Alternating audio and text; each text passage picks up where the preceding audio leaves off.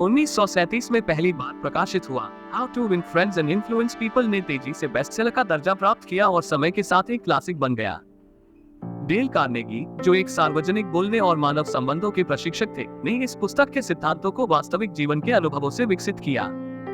उन्होंने विश्वास किया कि पेशेवर सफलता का 85% हिस्सा लोगों के साथ संबंधों पर निर्भर करता है, न कि तकनीकी ज्ञान पर। यह पुस्तक पाठकों को बेहतर संबंध बनाने में मदद करने के लिए डिजाइन की गई है। कार्नेगी प्रभावी संचार, सहानुभूति और समझ की महत्वपूर्णता को व्यक्तिगत और पेशेवर दोनों सेटिंग्स में उजागर करते हैं। पुस्तक से सबसे अच्छा लाभ प्राप्त करने के लिए 9 सुझाव। मजबूत इच्छा विकसित करें लोगों के साथ बेहतर संबंध बनाने की। प्रत्येक अध्याय को 2 बार पढ़ें ताकि आप गहराई से समझ सके। पढ़ते समय रुकें और सोचें कि आप हर सुझाव को कैसे लागू कर सकते हैं। महत्वपूर्ण विचारों को चिन्हित करें ताकि आप उन्हें आसानी से समीक्षा कर सकें। नियमित रूप से समीक्षा करें ताकि अवधारणाएं ताजगी बनी रहें। सीखने को सक्रिय बनाएं और सिद्धांतों को रोजाना लागू करें। सीखने को मजेदार बनाएं, इसे एक चुनौती या खेल में बदलकर। साप्ताहिक आत्म परीक्षण करें ताकि आप अपनी प्रगति का मूल्यांकन कर सकें। अपनी सफलता को ट्रैक करें और नोट करें कि आपने सिद्धांतों को कैसे लागू किया। भाग 1, लोगों से निपटने की बुनियादी तकनीकें। अगर आप शहद इकट्ठा करना चाहते हैं तो मधुमक्खी के छत्ते को मत गिराएं। मई 1931 में न्यूयॉर्क सिटी ने टू गन क्रॉली की तलाश में सबसे नाटकीय शिकार देखा। क्रॉली, एक कुख्यात अपराधी, ने अपने आप को एक पीड़ित के रूप में देखा और एक पत्र लिखा जिसमें उसने कहा कि उसके दिल में एक दयालुता है। अपराधियों में आत्मन्याय की प्रवृत्ति आम है। अल कैपोने और डच शुल्ट्ज जैसे लोग भी खुद को गलत समझे गए चैरिटेबल के रूप में देखते थे। जॉन वान अमेरिका, एक प्रमुख व्यापारी, ने जल्दी ही सीख लिया कि डांटना प्रभावी नहीं है और आत्म आलोचना दुर्लभ होती है। अधिकांश लोग, जैसे क्रॉली और कैपोने, अपने कार्यों के लिए दोष स्वीकार नहीं करते। आलोचना अक्सर बचाव और तर्क को जन्म देती है, सुधार नहीं करती। B.F. स्किनर के शोध ने यह सिद्ध किया है कि सकारात्मक प्रोत्साहन नकारात्मक सजा से अधिक प्रभावी होता है। आलोचना न केवल प्रदर्शन में सुधार नहीं करती, बल्कि यह असंतोष और हतोत्साह भी पैदा कर सकती है। थियोडोर रूजवेल्ट द्वारा राष्ट्रपति टैफ्ट की आलोचना एक ऐतिहासिक उदाहरण है, जिसने रिपब्लिकन पार्टी में फूट डाली और टैफ्ट की हार का कारण बनी। टैफ्ट ने दोष स्वीकार करने के बजाय अपनी रक्षा की। समान रूप से 1920 के दशक का टीप और डोम घोटाला सचे वेलवेट बी. फॉल से संबंधित था, जिन्होंने अपनी गलती स्वीकार नहीं की, भले ही उन्हें सजा मिली। यह दिखाता है कि लोग अक्सर अपनी गलतियों को मानने से इनकार करते हैं। अब्राहम लिंकन, जो कड़ी आलोचना और विफलताओं का सामना कर रहे थे, ने व्यक्तिगत आलोचना से बचा और एक दयालु दृष्टिकोण बनाए रखा। उदाहरण के लिए, जब जनरल मीड ने गेटिसबर्ग की लड़ाई के दौरान निर्णायक कार्रवाई नहीं की, तो लिंकन ने एक कठोर पत्र लिखा, लेकिन उसे भेजने का फैसला नहीं किया। लिंकन ने समझा कि कठोर आलोचना स्थिति को सुधारने के बजाय रिश्तों और प्रभावशीलता को नुकसान पहुंचा सकती है। इस खंड से मुख्य सीख यह है कि आलोचना अक्सर प्रभावी नहीं होती। दोष पर ध्यान देने के बजाय सकारात्मक प्रोत्साहन और समझदारी से बेहतर परिणाम और स्वस्थ रिश्ते मिल सकते हैं। लोगों के साथ व्यवहार का बड़ा राज। किसी को कुछ करने के लिए प्रेरित करने का एक ही तरीका है, उसे ऐसा करने की इच्छा बनाना। यह सिद्धांत प्रभावशाली मानव संपर्क का मूल है। दूसरों को प्रभावित करने के लिए आपको उनके इच्छाओं पर ध्यान देना होगा, न कि बल या धमकी के माध्यम से। बल प्रयोग या आलोचना से आपको तात्कालिक अनुपालन मिल सकता है, लेकिन इससे संबंधों में दरार आ सकती है और नकारात्मक भावनाएं उत्पन्न हो सकती हैं। मनोवैज्ञानिकों और दार्शनिकों ने मानव प्रेरणा का लंबे समय से अध्ययन किया है। सिगमंड फ्रॉइड, जो मनोविश्लेषण के पिता हैं, ने 2 मुख्य मानव इच्छाओं की पहचान की, यौन इच्छा और महानता की प्रेरणा। अमेरिकी दार्शनिक जॉन ड्यूई ने इस विचार को और स्पष्ट किया, ये सुझाव देते हुए कि सबसे गहरी मानव प्रेरणा महत्व की इच्छा है। महत्वपूर्णता की भावना हमारे व्यवहार को प्रेरित करती है, और जब इसे पहचाना जाता है तो यह व्यक्तिगत और पेशेवर दोनों ही संबंधों में एक शक्तिशाली बल बन जाती है। लोगों की इच्छाओं की एक विस्तृत श्रृंखला है, बुनियादी आवश्यकताओं जैसे स्वास्थ्य, भोजन और आश्रय से लेकर अधिक भावनात्मक जरूरतों तक जैसे प्यार और सम्मान। लेकिन इन सब के अलावा महत्व की भावना अक्सर सर्वोपरि होती है। महत्व की यह आवश्यकता लोगों को करियर, उपलब्धियों और यहाँ तक कि रिश्तों की ओर भी प्रेरित करती है। वास्तव में हम जो भी निर्णय लेते हैं, उनमें से कई जानबूझकर या अनजाने में मान्यता और महत्व की लालसा से प्रेरित होते हैं। लिंकन की इच्छा कि वह खुद को शिक्षित करें और नेतृत्व में उन्नति करें, उनके विनम्र प्रारंभ के बावजूद एक मजबूत इच्छा से प्रेरित थी कि वे एक स्थायी विरासत छोड़ें। डिकेंस की साहित्यिक सफलता का बड़ा हिस्सा इस इच्छा के कारण था कि वे समाज की आलोचना करें और एक स्थायी प्रभाव छोड़े। आर्किटेक्ट ने सेंट पॉल कैथेड्रल जैसे भव्य भवनों का डिजाइन किया, जो केवल कार्यात्मक नहीं थे, बल्कि उनके अद्वितीय प्रतिभा को दुनिया पर छोड़ने के लिए थे। ये लोग महत्व की भावना को बहुत अलग तरीकों से प्राप्त करने की कोशिश करते थे। रॉकफेलर ने परोपकार और धन इकट्ठा करके और डिलिंजर ने कुख्याति के माध्यम से। हालांकि उनके द्वारा अपनाए गए तरीके अलग थे, अंतर्निहित प्रेरणा एक ही थी, याद किया जाना और महत्वपूर्ण महसूस करना। महत्व की इच्छा अक्सर लोगों को चरम सीमाओं पर ले जाती है। कुछ लोग इसे सकारात्मक तरीकों में व्यक्त करते हैं, जैसे रचनात्मक या परोपकारी कार्य, जबकि अन्य आपराधिक गतिविधियों या विद्रोह के रूप में व्यक्त कर सकते हैं। जब लोग नजरअंदाज या असंभावित महसूस करते हैं, तो वे मान्यता प्राप्त करने के लिए बाहरी तरीके अपना सकते हैं। ये व्यवहार विशेष रूप से अपराध मामलों में देखा जाता है, जहां लोग जब सकारात्मक तरीकों से महत्व प्राप्त नहीं कर पाते, तो कुख्याति की ओर अग्रसर होते हैं। यह एक अनुस्मारक है कि इस गहरी मान्यता की आवश्यकता को समझना महत्वपूर्ण है, क्योंकि यह सकारात्मक और नकारात्मक दोनों तरह के मानव क्रियाओं को समझने में मदद करता है। अमेरिका के सबसे सफल स्टील निर्माताओं में से एक श्वाब ने समझा कि प्रोत्साहन देना और आलोचना से बचना कर्मचारियों को प्रेरित करने के प्रमुख तत्व हैं। श्वाब की नेतृत्व कला इस आधार पर आधारित थी कि दूसरों को महत्वपूर्ण महसूस कराना आवश्यक है। कार्नेगी अपने कर्मचारियों की प्रशंसा करने के लिए प्रसिद्ध थे। उन्होंने कभी भी अपनी टीम की सराहना करने का मौका नहीं छोड़ा, जिससे उनके कर्मचारियों की वफादारी और समर्पण बढ़ा। जॉन डी रॉकफेलर अपने भागीदारों को सराहना करते थे, यहाँ तक कि जब वे गलतियां करते थे। इसने विश्वास और प्रशंसा की संस्कृति को मजबूत किया, जहां उनके सहयोगियों ने कठिन समय में भी मूल्यवान महसूस किया। महत्व की आवश्यकता हमारे व्यक्तिगत जीवन में भी विस्तारित होती है। मान्यता की कमी से असंतोष, नफरत और यहाँ तक कि शारीरिक और भावनात्मक तनाव उत्पन्न हो सकता है। उदाहरण के लिए, एक महिला जो लगातार असंभावित महसूस करती थी, उसने ध्यान और देखभाल प्राप्त करने के लिए बीमार पड़ने का नाटक किया। ये चरम उदाहरण ये दिखाता है कि मान्यता की आवश्यकता हमारे भीतर कितनी गहरी होती है। दूसरी ओर, सच्ची प्रशंसा रिश्तों को सुधार सकती है, मनोबल बढ़ा सकती है और लोगों को अपना सर्वश्रेष्ठ देने के लिए प्रेरित कर सकती है। दूसरों को प्रभावित करने की कला उनकी इच्छाओं को समझे। जो ये कर सकता है, पूरी दुनिया उसके साथ है। जो नहीं कर सकता, वह अकेला चलता है। दूसरों को प्रभावी रूप से प्रभावित करने का एकमात्र तरीका यह है कि आप इस बात पर ध्यान दें कि वे क्या चाहते हैं, न कि आप क्या चाहते हैं। इसे मछली पकड़ने से जोड़ा जा सकता है। जैसे मछलियां स्ट्रॉबेरी और क्रीम की बजाय कीड़े पसंद करती हैं, वैसे ही लोग आपकी इच्छाओं से ज्यादा अपनी जरूरतों और इच्छाओं से प्रेरित होते हैं। ब्रिटिश प्रधानमंत्री लॉर्ड जॉर्ज ने प्रथम विश्व युद्ध के दौरान और बाद में भी प्रभावशाली बने रहने के लिए दूसरों की जरूरतों को समझा और उन्हें पूरा किया। उनकी सफलता इसी में थी कि वे दूसरों की इच्छाओं के अनुसार अपना दृष्टिकोण बदलते थे, जिसने उन्हें युद्धकाल के अन्य नेताओं से आगे बढ़ने में मदद की। राल्फ वाल्डो एमर्सन का एक बछड़े को खलिहान में ले जाने का संघर्ष इस बात को उजागर करता है कि दूसरों के दृष्टिकोण को समझना कितना जरूरी है।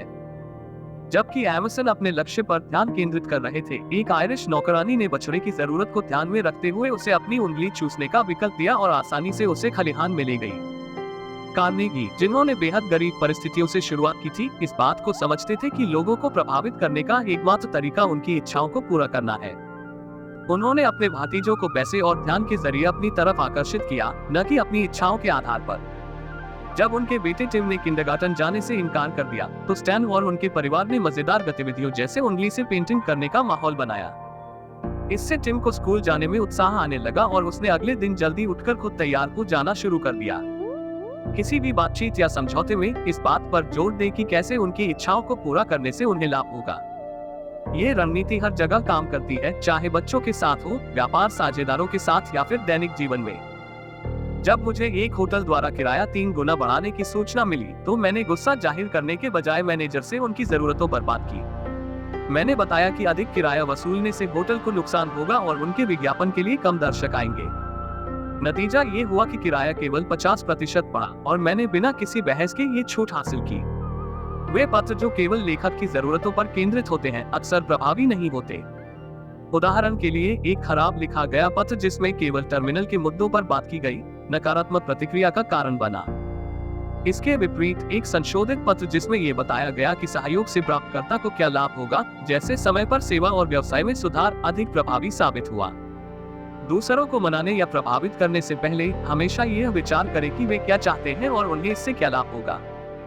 प्रभावी तरीके से किसी को प्रभावित करने का यही तरीका है कि उनकी जरूरतों के साथ तालमेल बिठाएं, बजाय इसके कि आप अपनी इच्छाओं को उन पर थोपें। यह न केवल बेहतर परिणाम देता है बल्कि सकारात्मक संबंध भी बनाता है। लोगों को आकर्षित करने के 6 तरीके भाग 2। अगर आप चाहते हैं कि लोग आपको पसंद करें तो उनमें असली दिलचस्पी दिखाएं। एक कुत्ता कभी यह कोशिश नहीं करता कि लोग उससे प्रभावित हो। वह बस प्रेम दिखाता है और लोग स्वाभाविक रूप से उसकी ओर खींचते हैं। ठीक उसी तरह हम दूसरों में दिलचस्पी दिखाकर 2 महीने में जितने दोस्त बना सकते हैं उतने हम 2 साल में भी नहीं बना सकते अगर हम कोशिश करें कि लोग हमें पसंद करें। प्रसिद्ध मनोवैज्ञानिक अल्फ्रेड एडलर का मानना था कि जो लोग दूसरों में रुचि नहीं रखते उन्हें जीवन में सबसे बड़ी समस्याओं का सामना करना पड़ता है। राष्ट्रपति थियोडोर रूजवेल्ट ने लोगों को हमेशा महत्वपूर्ण महसूस कराया, यहाँ तक कि वह छोटे से छोटे कर्मचारी के नाम तक याद रखते थे। जब आप दूसरों को यह महसूस कराते हैं कि वे महत्वपूर्ण हैं, तो वे आपकी इज्जत और प्रशंसा करने लगते हैं। चाहे आप किसी दुकान के कर्मचारी से बात कर रहे हो या किसी सीईओ से, दयालुता हमेशा काम आती है। एक कहानी जॉनसन एंड जॉनसन के एक सेल्समैन की है जिसने एक सोडा क्लर्क के साथ दयालुता से पेश आकर एक बड़ा व्यापारिक सौदा बचा लिया। हर व्यक्ति महत्वपूर्ण होता है, चाहे उसका दर्जा कुछ भी हो। लोग सकारात्मक ऊर्जा की ओर आकर्षित होते हैं। अंकल जॉर्ज डाइक ने सेवानिवृत्ति के बाद संगीत के प्रति अपने प्रेम को दूसरों के साथ बांटकर नई खुशी पाई। मशहूर जादूगर हॉवर्ड हस्टन अपने हर शो से पहले मैं अपने दर्शकों से प्यार करता हूं कहते थे। इस सोच ने उन्हें अपने दर्शकों से जोड़े रखा और उनकी सफलता की कुंजी बनी।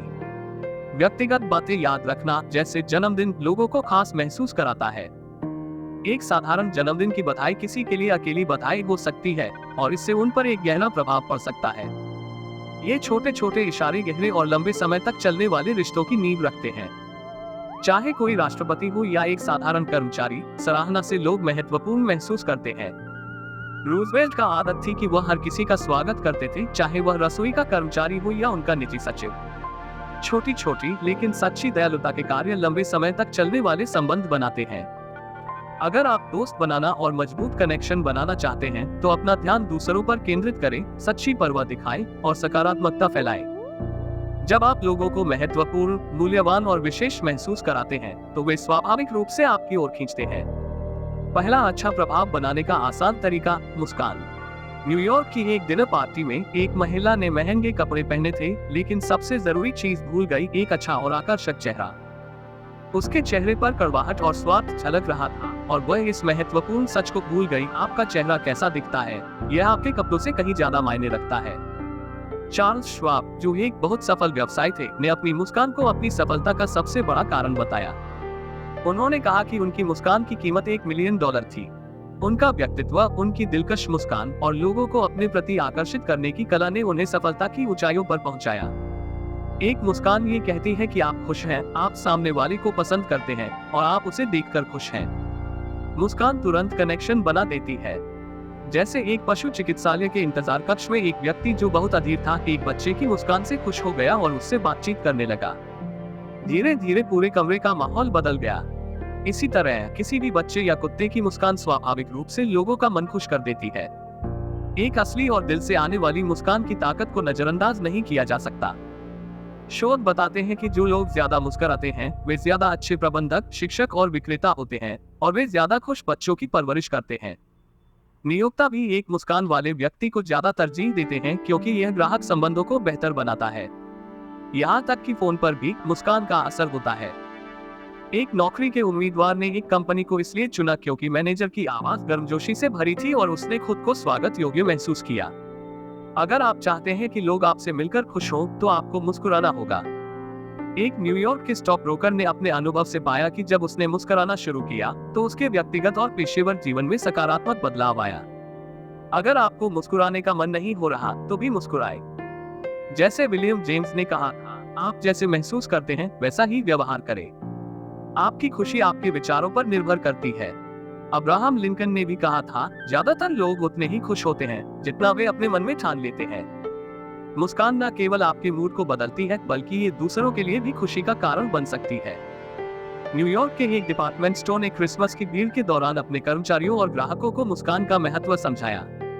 एक मुस्कान कुछ नहीं खर्च करती, लेकिन यह अनमोल होती है। यह देने वाले को गरीब नहीं करती, लेकिन लेने वाले को समृद्ध बना देती है। एक मुस्कान घर में खुशी लाती है, व्यवसाय में अच्छे संबंध बनाती है और ये दोस्ती का प्रतीक है। सिद्धांत, मुस्कुराए। अगर आपने यह नहीं किया तो आप मुसीबत में हैं। 1898 में न्यूयॉर्क के रॉकलैंड काउंटी में एक दुखद घटना घटी। एक बच्चे की मृत्यु हो गई और उस दिन पड़ोसी अंतिम संस्कार की तैयारी कर रहे थे। जिम फॉले अपने घोड़े को जोड़ने के लिए तालाब में गए। जमीन पर बर्फ जमी हुई थी, हवा ठंडी और तीखी थी। घोड़ा कई दिनों से व्यायाम नहीं किया गया था और जब उसे पानी के खड़े की ओर ले जाया गया तो उसने खुशी से घूमते हुए दोनों टांगें ऊंची उठाई और जिम फॉले की जान ले ली। इस तरह स्टोनी पॉइंट गांव में उस सप्ताह एक नहीं बल्कि 2 अंतिम संस्कार हुए। जिम फॉले के पीछे उनकी एक विधवा और 3 बेटे थे और कुछ $100 की बीमा राशि। उनका सबसे बड़ा बेटा जिम 10 साल का था और उसे ईंट भट्ठे में काम पर जाना पड़ा, जहां वह रेत धोता और उसे सांचे में भरता था और ईंटों को धूप में सूखने के लिए रखता था। इस लड़के जिम को बहुत अधिक शिक्षा प्राप्त करने का मौका नहीं मिला, लेकिन अपनी स्वाभाविक आकर्षण और नाम याद रखने की क्षमता के कारण उसने राजनीति में कदम रखा और वर्षों से लोगों के नाम याद रखने में एक अजीब शक्ति विकसित की। उसने कभी हाई स्कूल नहीं देखा, लेकिन 46 साल की उम्र तक 4 कॉलेजों ने उसे डिग्री से सम्मानित किया और वह डेमोक्रेटिक नेशनल कमेटी का अध्यक्ष और संयुक्त राज्य अमेरिका का पोस्टमास्टर जनरल बन गया। जब मैंने जिम फॉले से उनकी सफलता का रहस्य पूछा तो उन्होंने इसे कड़ी मेहनत कहा, लेकिन जब मैंने और गहराई से पूछा तो उन्होंने एक और दिलचस्प राज खोला।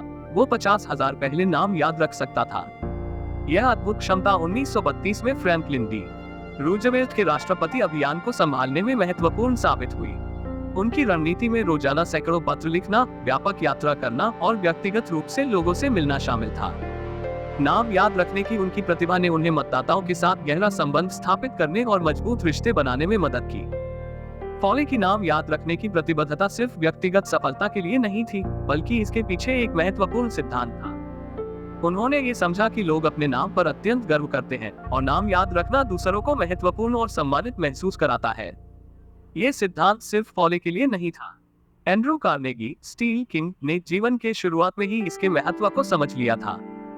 उन्होंने अपने नाम और व्यक्तिगत विवरण याद रखने की कला का उपयोग कर एक विशाल नेटवर्क बनाया, जो उनके बचपन के खरगोशों से लेकर पेंसिल्वेनिया रेलवे के साथ व्यापार तक फैला हुआ था। कार्नेगी की रणनीति बहुत ही व्यावसायिक थी। जब वह जॉर्ज पुलमैन के साथ यूनियन पैसिफिक रेलवे के व्यापार के लिए प्रतिस्पर्धा कर रहे थे, तो कार्नेगी ने प्रतिस्पर्धा की बजाय एक विलय का सुझाव दिया। ये कदम न केवल व्यावसायिक था बल्कि व्यक्तिगत संबंधों और सम्मान की समझ पर आधारित था। कार्नेगी की रणनीति में लोगों के नाम का उपयोग और उनकी योगदान की सराहना शामिल थी, जिसने उनकी सफलता में महत्वपूर्ण भूमिका निभाई। फ्रैंकलिन डी रूजवेल्ट ने भी नामों की महत्वता को गहराई से समझा। जब वह चेम्बरलेन ने व्हाइट हाउस में एक विशेष रूप से डिजाइन की गई कार की डिलीवरी की, तो रूजवेल्ट ने नाम याद रखने और धन्यवाद देने के लिए अतिरिक्त प्रयास किए। रूजवेल्ट की नाम याद रखने की क्षमता हर बातचीत में विस्तारित थी, जो ये साबित करता है कि नाम याद रखना गुडविल और मजबूत रिश्ते बनाने का एक प्रभावशाली तरीका है। नाम याद रखने की क्षमता केवल एक शिष्टाचार नहीं है, ये व्यवसाय और व्यक्तिगत संपर्कों में एक शक्तिशाली उपकरण है। जैसे कि इन ऐतिहासिक व्यक्तित्वों ने दिखाया, नाम याद रखना आपकी प्रभावशीलता बढ़ा सकता है, विश्वास स्थापित कर सकता है और नए अवसर खोल सकता है। नाम याद रखने के लिए व्यावहारिक सुझाव: नाम को दोहराएं। बातचीत के दौरान व्यक्ति के नाम का उपयोग करें ताकि यह आपकी याद में बना रहे। नाम को जोड़ें। नाम को किसी विशेषता या विवरण से जोड़ें जिससे वह अधिक यादगार हो। लिख लें। किसी से मिलने के बाद उनके नाम और कुछ विवरण लिख लें और बाद में समीक्षा करें। याद रखें, लोग अपने नाम को इसलिए पसंद करते हैं क्योंकि यह उनकी पहचान का एक महत्वपूर्ण हिस्सा है। किसी के नाम का सही तरीके से उपयोग करना न केवल सम्मान दिखाता है बल्कि यह भी दर्शाता है कि आप उनकी कद्र करते हैं। नाम याद रखने और उपयोग करने के लिए एक जागरूक प्रयास करके आप भूलने की समस्याओं से बच सकते हैं और दूसरों के साथ बेहतर संबंध स्थापित कर सकते हैं। अंत में, नामों को याद न करने से अवसर चूक सकते हैं और रिश्तों में कमी आ सकती है। व्यवसाय, राजनीति या व्यक्तिगत जीवन में नामों के महत्व को समझना एक सरल लेकिन प्रभावशाली तरीका है मजबूत संबंध बनाने और अधिक सफलता प्राप्त करने का। एक अच्छा संवाददाता बनने का आसान तरीका। कुछ समय पहले मैंने एक ब्रिज पार्टी में हिस्सा लिया। मैं ब्रिज नहीं खेलता और वहाँ एक महिला भी थी जो ब्रिज नहीं खेलती थी। उसे पता चला था कि मैं कभी लोवेल थॉमस का मैनेजर रहा था और मैंने यूरोप में बहुत यात्रा की थी। उसने मुझसे मेरी यात्रा की कहानियां सुनने की इच्छा जताई। जब हम सोफे पर बैठे तो उसने बताया कि वह और उसके पति हाल ही में अफ्रीका से लौटे हैं। मैंने कहा, अफ्रीका, कितना दिलचस्प। मैं हमेशा अफ्रीका देखना चाहता था, लेकिन केवल अल्जियर्स में 24 घंटे ही रह पाया। क्या आप बड़े खेल के इलाके में गए थे? ये सुनकर उसने अफ्रीका के बारे में 45 मिनट तक बातें की। उसने मेरी यात्राओं या अनुभवों के बारे में फिर कभी नहीं पूछा। उसे बस एक सुनने वाला चाहिए था ताकि वह अपने अनुभव साझा कर सके। ऐसा होना असामान्य नहीं है। कई लोग अपने बारे में बात करना पसंद करते हैं और एक अच्छा श्रोता उनकी सराहना करता है। उदाहरण के लिए, एक डिनर पार्टी में मैंने एक वनस्पति शास्त्री से मुलाकात की जो विदेशी पौधों के बारे में बहुत कुछ जानता था। मैंने ध्यानपूर्वक सुना और सवाल पूछे। मेरी इस सुनने की कला ने उससे मुझे एक अच्छे संवाददाता के रूप में देखा, जबकि मैंने ज्यादातर सिर्फ सुना। पूर्व हार्वर्ड राष्ट्रपति चार्ल्स एलिट ने कहा कि सफल बातचीत के लिए पूरी तरह से बोलने वाले पर ध्यान केंद्रित करना जरूरी है। एलिट का सुनने का तरीका हेनरी जेम्स द्वारा सक्रिय संलग्नता के रूप में वर्णित किया गया। व्यापार में भी सुनना महत्वपूर्ण है। उदाहरण के लिए, एक शिकागो डिपार्टमेंट स्टोर ने एक वफादार ग्राहक को खोने के कगार पर था क्योंकि एक क्लर्क ने एक खराब कोट की शिकायत को सुनने से मना कर दिया था। स्टोर के प्रबंधक की ध्यानपूर्वक सुनने और समझने की क्षमता ने ग्राहक के साथ संबंधों को सुधार दिया, ये दर्शाते हुए कि सुनना ग्राहक बनाए रखने के लिए कितना महत्वपूर्ण है। व्यक्तिगत जीवन में भी सुनना संबंधों को मजबूत कर सकता है। न्यूयॉर्क के क्रोटन ऑन हडसन की मिल्ली एस्पोसिटो हमेशा अपने बच्चों से बात करते समय अपनी सारी ध्यान और समय देती थी। उनके बेटे रॉबर्ट को महसूस हुआ कि वह प्यार करती है क्योंकि वह जब भी बात करना चाहते थे, वह पूरी तरह से सुनती थी। असंतुष्ट ग्राहकों के साथ भी सुनना परिवर्तनकारी हो सकता है। उदाहरण के लिए, न्यूयॉर्क टेलीफोन कंपनी के एक प्रतिनिधि ने एक क्रोधित ग्राहक को संतुष्ट कर दिया केवल उसकी शिकायतें सुनकर और उसकी समस्याओं के प्रति सहानुभूति जताकर। इस दृष्टिकोण ने ग्राहक की नाराजगी को सुलझाया और उसका सम्मान प्राप्त किया। सुनना एक शक्तिशाली उपकरण है। लोग अक्सर अपनी समस्याओं में अधिक रुचि रखते हैं।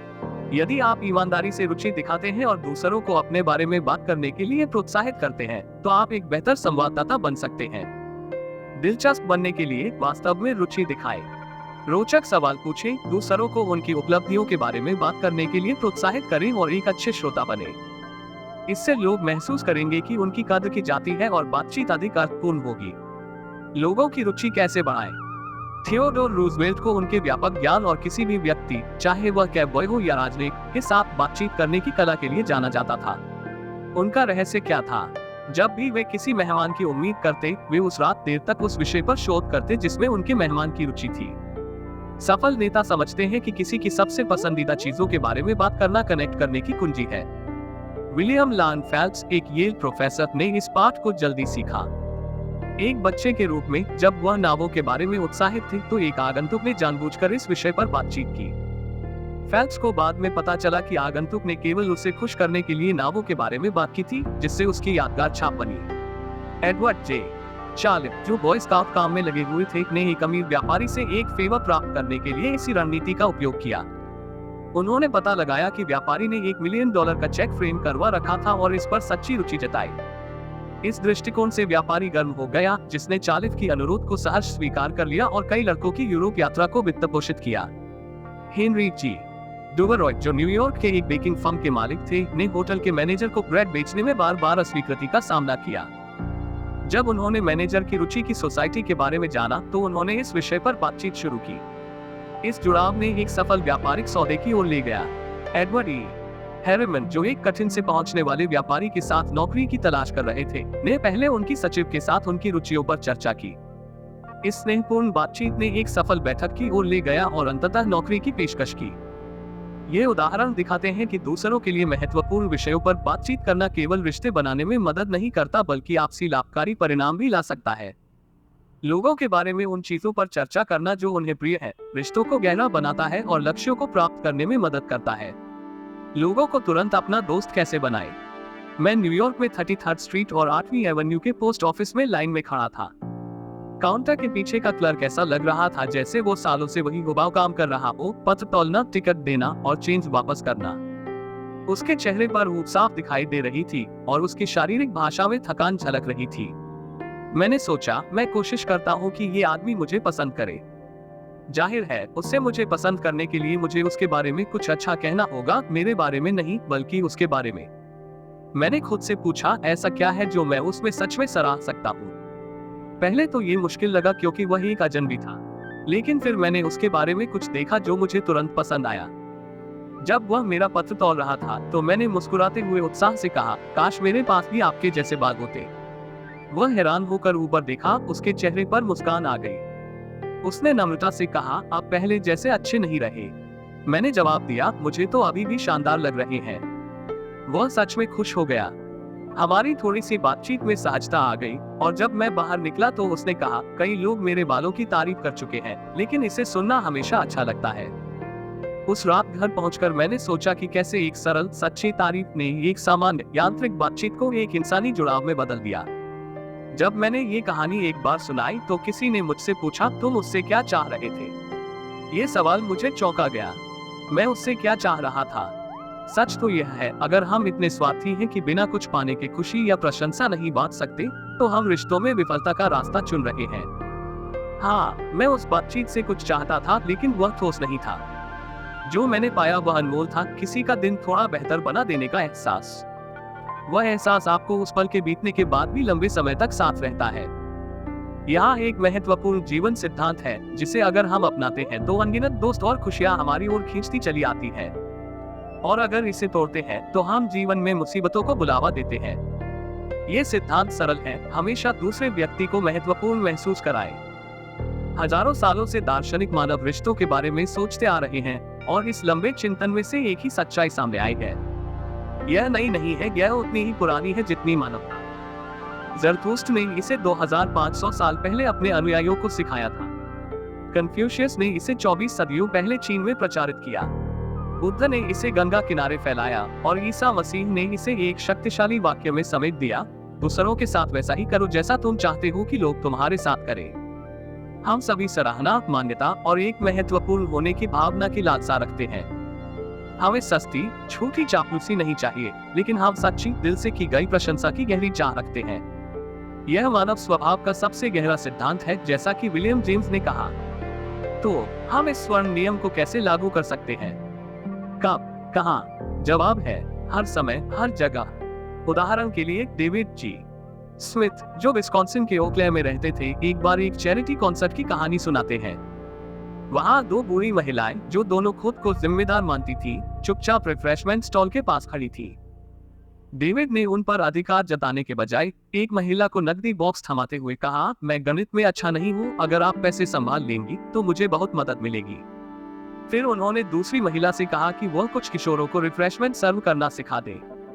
उनके इस छोटे से इशारे ने शाम को सहज बना दिया और सबने शाम का आनंद उठाया। ये छोटे छोटे इशारे ही रोजमर्रा की जिंदगी के पहियों को चलाते हैं। सरल वाक्यांश जैसे, क्या आप कृपा करके, या मुझे माफ करें कि आपको परेशान किया, बातचीत को बदल सकते हैं।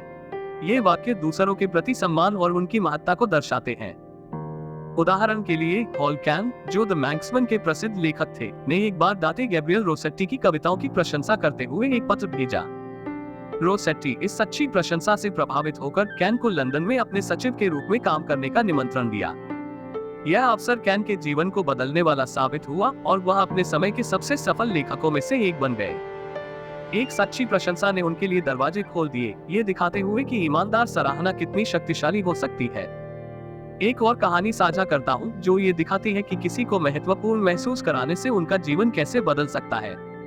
रोनाल्ड जे रॉलन, हमारे कैलिफोर्निया के एक शिक्षक ने एक बार क्रिस नाम के एक शर्मीले और आत्मविश्वासहीन छात्र को पढ़ाया। रोनाल्ड ने क्रिस में संभावनाएं देखी और उनसे पूछा कि क्या वह उन्नत कक्षा में शामिल होना चाहते हैं, जो केवल सबसे अच्छे छात्रों के लिए थी। क्रिस का चेहरा चमक उठा। कौन? मैं? क्या मैं इतना अच्छा हूँ? उसने पूछा। हाँ क्रिस, तुम हो। इन चंद शब्दों ने क्रिस की पूरी मानसिकता बदल दी। वह सीधा खड़ा हुआ और पूरे दिल से रोनाल्ड का धन्यवाद किया। सच तो यह है कि लगभग हर व्यक्ति यह महसूस करता है कि वह आपसे किसी न किसी तरह श्रेष्ठ है, और उनके दिल तक पहुंचने का सबसे पक्का तरीका है कि आप इस भावना को पहचानें और ईमानदारी से उसकी सराहना करें। जैसा कि इमर्सन ने कहा, हर आदमी जिससे मैं मिलता हूँ वह किसी न किसी रूप में मुझसे श्रेष्ठ है। उसी में मैं उससे कुछ सीखता हूँ। आज की तेज तर्रार दुनिया में हम उन लोगों को अक्सर नजरअंदाज कर देते हैं जिनसे हम रोज मिलते हैं, वेटर, क्लर्क, सहकर्मी। लेकिन जब आप समय निकालकर किसी को महत्वपूर्ण महसूस कराते हैं तो आप कुछ असाधारण उत्पन्न करते हैं। आप ऐसे रिश्ते बनाते हैं जो लंबे और गहरे होते हैं। दूसरों को महत्वपूर्ण महसूस कराने की शक्ति हम सभी में है।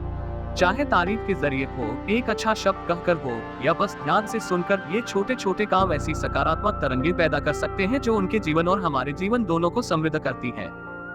किसी और का मनोबल बढ़ाने की भावना उस पल के बीतने के बाद भी लंबे समय तक बनी रहती है और एक दयालुता की विरासत पीछे छोड़ जाती है। तो आइए इस दुनिया को एक बेहतर जगह बनाने की कोशिश करें, एक सच्ची तारीफ, एक प्रशंसा के कार्य के जरिए, हर बात हर दिन। आप बहस में जीत नहीं सकते। प्रथम विश्व युद्ध के बाद मैंने एक महत्वपूर्ण सबक सीखा जब मैं सर रॉस स्मिथ के प्रबंधक के रूप में काम कर रहा था, जो ऑस्ट्रेलिया के युद्ध नायक थे और जिन्होंने पूरी दुनिया को चौंका दिया था जब उन्होंने 30 दिनों में आधी दुनिया का हवाई सफर पूरा किया। उनके सम्मान में आयोजित एक भोज के दौरान एक मेहमान ने कहा, "There's a divinity that shapes science, refute them how we will", और दावा किया कि यह बाइबल से है। लेकिन मुझे पूरा यकीन था कि यह शेक्सपियर के हैमलेट से है। मैंने उसे सुधारने की कोशिश की, लेकिन वह अपनी बात पर अड़ा रहा। हम एक मित्र फ्रैंक गैमन से सलाह लेने गए, जो शेक्सपियर के जानकार थे। हैरानी की बात यह थी कि फ्रैंक ने उस व्यक्ति का समर्थन किया, जबकि वह जानता था कि मैं सही हूँ। बाद में उसने मुझे समझाया कि लोगों को उनकी गलतियों के लिए शर्मिंदा करना किसी भी हालात में सही नहीं है। उसका मंत्र था, बहस से बचे, यह शायद ही कभी अच्छा परिणाम देती है। उस क्षण ने मेरी सोच को बदल दिया। मैं हमेशा बहस करने वाला इंसान था, हर बात पर सही साबित होने की कोशिश करता था, लेकिन मुझे एहसास हुआ कि बहस से कभी भी दिल नहीं जीते जाते। भले ही आप बहस जीत जाएं, सामने वाला अक्सर अपमानित और आहत महसूस करता है। आप सच में जीत नहीं सकते। भले ही आप किसी को गलत साबित कर दें, आप उनका सम्मान और भरोसा खो सकते हैं। लोग अपने आप को छोटा महसूस कराए जाने से नफरत करते हैं। रिश्तों को नुकसान, बहस जीतने से रिश्ते बिगड़ते हैं, फायदा कम होता है। समझने पर ध्यान दें, बहस करने के बजाय सामने वाले के दृष्टिकोण को समझने की कोशिश करें। इससे आप अनावश्यक संघर्ष से बचेंगे और बेहतर संवाद होगा। मेरे एक छात्र पैट्रिक जे ओखर इसका जीता जागता उदाहरण थे। वे अक्सर ग्राहकों के साथ बहस में पड़ जाते थे और अपने प्रोडक्ट की मजबूती साबित करने में लग जाते थे। बहस में वे जीतते थे, लेकिन ग्राहक खोते थे। बाद में जब उन्होंने बहस से बचना सीखा और ग्राहकों की बातों से सहमति जतानी शुरू की, तो वे सबसे सफल सेल्समैन बन गए।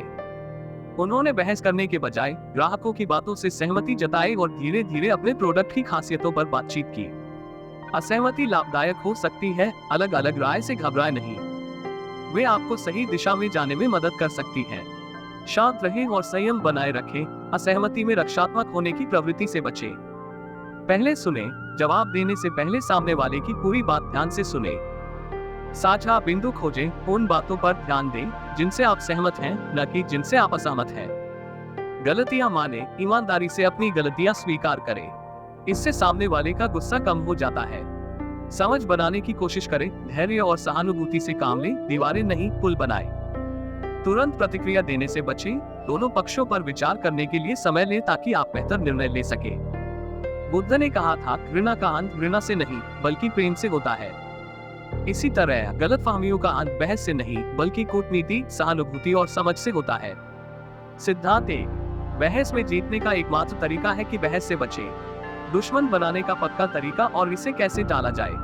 क्या आपने कभी सोचा है कि जब आप सही होते हैं तब भी दुश्मन बनाना इतना आसान क्यों होता है?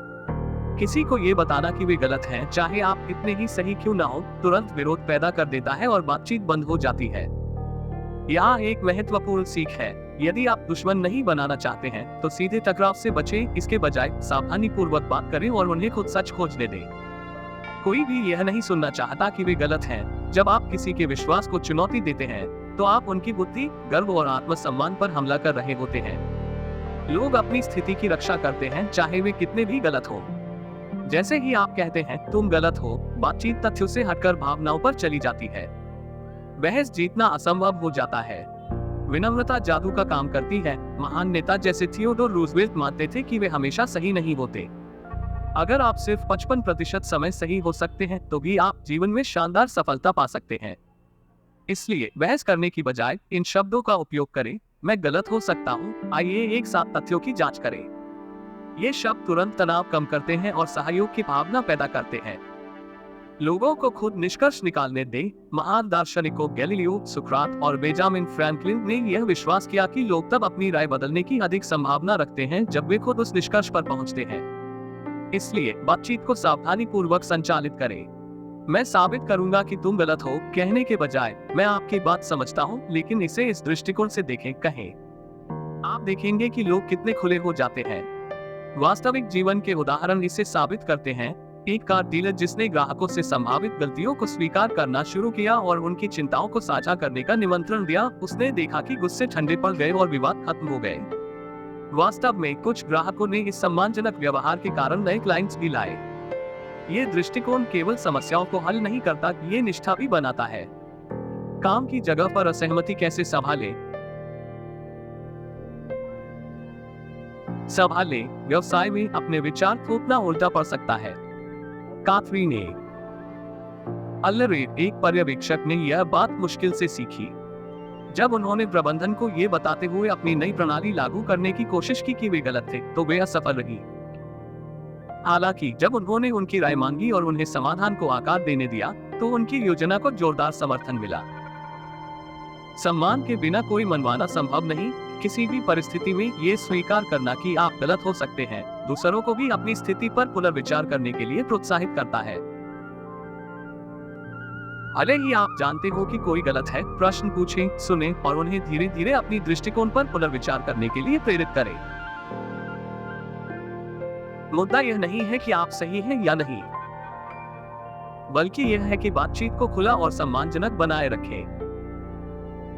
अगर आप लोगों को प्रभावित करना चाहते हैं और दुश्मनी से बचना चाहते हैं, तो विनम्रता अपनाएं, सुनें और दूसरों को उनके निष्कर्ष तक पहुंचने का मौका दें। इससे न केवल आप अधिक दिल और दिमाग जीत पाएंगे, बल्कि अनगिनत संघर्षों से भी बच सकते हैं, क्योंकि आप दूसरों को मूल्यवान और सम्मानित महसूस कराएंगे। जब आप गलत हो तो तुरंत स्वीकार करें। लोगों को जीतने का गुप्त तरीका। जरा सोचिए, आपने कोई नियम तोड़ा है और खुद को बचाने या बहाने बनाने के बजाय आप अपनी गलती खुले तौर पर स्वीकार करते हैं। फिर क्या होता है? ज्यादातर बार लोग आपको माफ कर देंगे। हैरान करने वाला लगता है ना? ईमानदारी से निश्चित करें, जब कोई व्यक्ति बिना झिझक अपनी गलती स्वीकार करता है, तो सामने वाला हैरान रह जाता है। उम्मीद के मुताबिक बहस या टकराव खत्म हो जाता है और बचता है समझदारी का एक साझा पल। स्वयं आलोचना आपको कठोर आलोचना से बचाती है। जैसे ही आप दूसरों से पहले अपनी गलती स्वीकार कर लेते हैं, आप उनकी कठोर आलोचना का हथियार छीन लेते हैं। ये बिल्कुल ऐसा है जैसे आप पहले से ही एक कदम आगे हैं और खुद पर लगने वाले आरोपों को खुद ही संभाल लेते हैं। अधिकारियों को जीतने का तरीका। अधिकारी, चाहे वो पुलिस हो या बॉस, उन लोगों की सराहना करते हैं जो जिम्मेदारी लेते हैं। इससे उन्हें अधिक नियंत्रण महसूस होता है और उन्हें दयालु बनने का मौका मिलता है। अपनी गलती मानिए और हो सकता है कि वे आपको सजा देने के बजाय नरमी दिखाएं। व्यवसाय और जीवन में भी यह काम करता है। एक कलाकार को उसके क्लाइंट से सख्त आलोचना मिली। बहस करने के बजाय उसने तुरंत अपनी गलती स्वीकार कर ली। और फिर क्या हुआ? क्लाइंट नर्म हो गया, उसकी तारीफ की और उसे और भी काम दे दिया। गलती स्वीकार करना जीवन के हर क्षेत्र में काम करता है, व्यक्तिगत और व्यावसायिक दोनों में। यह तकनीक क्यों काम करती है? लोग ईमानदारी की कदर करते हैं। अपनी गलती मानना दिखाता है कि आप जिम्मेदारी लेने से नहीं डरते। ये दूसरे व्यक्ति को सम्मानित और नियंत्रण में महसूस कराता है। जब इसे तेजी और जोर शोर से किया जाता है, तो यह एक नकारात्मक स्थिति को सकारात्मक में बदल देता है। प्रो टिप: अगली बार जब आप किसी मुश्किल स्थिति में हो, तो इसे आजमाएं। अपनी गलती को खुले दिल से और उत्साह के साथ स्वीकार करें। देखें कि कैसे स्थिति आपके पक्ष में बदलती है। शहद की एक बूंद। जब गुस्से में हम किसी पर बरस पड़ते हैं, तो हमें थोड़ी राहत मिल सकती है, लेकिन इससे समस्या हल होने की बजाय और बढ़ जाती है। जैसा कि वुडरो विल्सन ने कहा था, अगर कोई मुट्ठी तान कर आता है, तो स्वाभाविक रूप से दूसरा भी वैसा ही करेगा। लेकिन जब आपसी समझ और संवाद से बात की जाती है, तो अक्सर दोनों के बीच समानताएं मिल जाती हैं। यही बात दोस्ताना व्यवहार की ताकत को दर्शाती है। जॉन डी रॉकफेलर जूनियर ने 1915 के खनिकों की हड़ताल के दौरान इस सिद्धांत को सही साबित किया।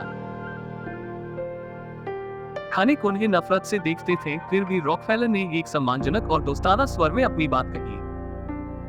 उन्होंने साझा मूल्यों पर जोर दिया और उनके समुदाय की तारीफ की। उनके इस रवैये ने तनाव को कम किया और खानिक बिना किसी वेतन वृद्धि की मांग के शांतिपूर्ण ढंग से काम पर लौट आए। इसी तरह अब्राहम लिंकन का मानना था कि दयालुता का असर हमेशा गहरा होता है। उन्होंने कहा था, शहद की एक बूंद गाल कड़वाहट के 1 गैलन से ज्यादा मक्खियां पकड़ सकती है। इसका मतलब है कि अगर आप चाहते हैं कि कोई आपकी बात माने, तो पहले उसे ये दिखाएं कि आप उसके सच्चे दोस्त हैं। यह तरीका विभिन्न स्थितियों में सफल साबित हुआ है, चाहे वह श्रमिक हड़ताल हो या व्यक्तिगत समझौते। उदाहरण के लिए रॉबर्ट फ्लैक और जे स्ट्रॉब ने लोगों के साथ दयालुता और समझदारी से पेश आकर अपने विवादों को सुलझाया। चाहे आप हड़ताल खत्म करना चाहते हो, किराया घटाना हो या बुरे प्रचार से बचना हो, दोस्ताना रवैया अपनाकर आप बेहतर परिणाम पा सकते हैं। कोमलता और सम्मान शक्तिशाली उपकरण हैं। जब आप किसी स्थिति में दयालुता से पेश आते हैं, तो गुस्से या आक्रामकता की बजाय आप दूसरों को मनाने और सकारात्मक परिणाम हासिल करने में ज्यादा सफल होते हैं। सोक्रेट्स का रहस्य। जब किसी से बात करें, तो असहमति के मुद्दों से शुरुआत न करें। हमेशा उन बिंदुओं पर जोर दें जहां आप सहमत हैं। सुनिश्चित करें कि आप दोनों का उद्देश्य एक ही है और मतभेद केवल तरीकों में है, उद्देश्य में नहीं। सबसे पहले दूसरे व्यक्ति से हाँ कहलवाने की कोशिश करें और नहीं से बचें। एक बार नहीं कहने पर इंसान की अपनी प्रतिष्ठा उसे वहीं टिके रहने के लिए मजबूर करती है। नहीं कहने से मानसिक और शारीरिक रूप से एक रक्षात्मक स्थिति पैदा हो जाती है, जिससे नए विचारों को स्वीकार करना कठिन हो जाता है। वहीं हाँ कहने से व्यक्ति अधिक खुले मन से बातचीत के लिए तैयार हो जाता है। सोक्रेट्स इस कला में माहिर थे और उनकी तकनीक को आज सोक्रेटिक विधि कहा जाता है। वे प्रश्न पूछकर दूसरों से सहमति प्राप्त करते थे। एक के बाद एक प्रश्न पूछते हुए वे हाँ कहलवाते रहते थे, जब तक कि व्यक्ति उनकी बातों से सहमत न हो जाए। बिना प्रत्यक्ष असहमति के सोक्रेट्स अपने विरोधियों को धीरे धीरे उनकी ही सहमति से उस निष्कर्ष तक ले जाते जिसका वे पहले विरोध कर रहे होते। मनोवैज्ञानिक सिद्धांत यह है कि शुरुआत में ही हाँ कहलवाने से सकारात्मकता का प्रवाह शुरू हो जाता है। इससे किसी भी बातचीत या कठिन निर्णय को सुचारू रूप से हल किया जा सकता है। इस अध्याय में एक बेन टेलर की कहानी है, जिसने एक कठिन ग्राहक से धीरे धीरे हाँ कहलवाते हुए उसे पूरी तरह सहयोगी बना दिया। अंततः उसने उस ग्राहक को अपनी इच्छाओं के अनुसार निर्णय लेने के लिए प्रेरित कर दिया। अध्याय एक चीनी कहावत के साथ समाप्त होता है, जो धीरे चलता है वह दूर तक जाता है। इसका मतलब है कि विनम्र और सहमतिजनक दृष्टिकोण लंबी अवधि में अधिक फलदायी होता है। बातचीत की शुरुआत सहमति के बिंदुओं से करें, असहमति से नहीं। शुरुआत में ही हाँ कहलवाने की कोशिश करें ताकि सकारात्मक माहौल बने। नहीं से बचें क्योंकि यह प्रतिरोध पैदा करता है। सोक्रेटिक विधि का उपयोग करें, प्रश्न पूछकर सहमति प्राप्त करें। विनम्र और धीरे धीरे बातचीत करने का तरीका हमेशा अधिक प्रभावी होता है। शिकायतों को संभालने में सुरक्षा वॉल्व। बातचीत में लोग अक्सर अपनी सोच को दूसरों पर थोपने के लिए बहुत बात करते हैं। इसके बजाय बेहतर है कि दूसरे व्यक्ति को अधिक बोलने दिया जाए। सवाल पूछें और उन्हें अपने विचार साझा करने के लिए प्रोत्साहित करें। अगर आप असहमत हैं तो भी हस्तक्षेप न करें। लोगों को पूरी तरह से अपनी बात रखने की आवश्यकता होती है ताकि वे सच में सुन सकें। धैर्य और ईमानदारी से सुनने से आप न केवल उन्हें बेहतर समझ पाते हैं, बल्कि संवाद के लिए एक सकारात्मक माहौल भी बनाते हैं। यह तरीका व्यापार में भी प्रभावी साबित होता है, जैसा कि एक बिक्री प्रतिनिधि की कहानी से स्पष्ट है। जब वह बोलने में असमर्थ हो गया तो उसने दूसरों को अपनी बात रखने का अवसर दिया। इसके परिणामस्वरूप उसे $1.6 मिलियन का बड़ा अनुबंध मिला। यह दिखाता है कि कभी-कभी दूसरों को बोलने देना अप्रत्याशित सफलता का कारण बन सकता है। यह सिद्धांत व्यक्तिगत संबंधों में भी काम करता है। बाबरा विल्सन का अपनी किशोरी बेटी के साथ संबंध तब बहुत बेहतर हो गया जब उसने सुनना शुरू किया बजाय कि उपदेश देने के। उसकी बेटी खुलकर बातें करने लगी और पारिवारिक माहौल संघर्ष से सहयोग में बदल गया। एक और उदाहरण में चार्ल्स टी क्यूबेलिस ने अपनी संभावित नियोक्ता को अपने बारे में बात करने दिया, जिससे उन्होंने अपनी सफलता की कहानी साझा की। क्यूबेलिस ने नियोक्ता की उपलब्धियों में रुचि दिखाकर सकारात्मक छाप छोड़ी, जो बताता है कि सुनना मजबूत संबंध बनाने में महत्वपूर्ण है। रॉय ब्रैडली की कहानी में उन्होंने नए बिक्री प्रतिनिधि रिचर्ड प्रायर को अपनी चिंताओं को खुद समझाने दिया। इस प्रक्रिया से प्रायर ने अपने संदेह को दूर किया और अंततः फर्म में शामिल होने का निर्णय लिया। इससे उन्हें एक बेहद सफल कर्मचारी मिला।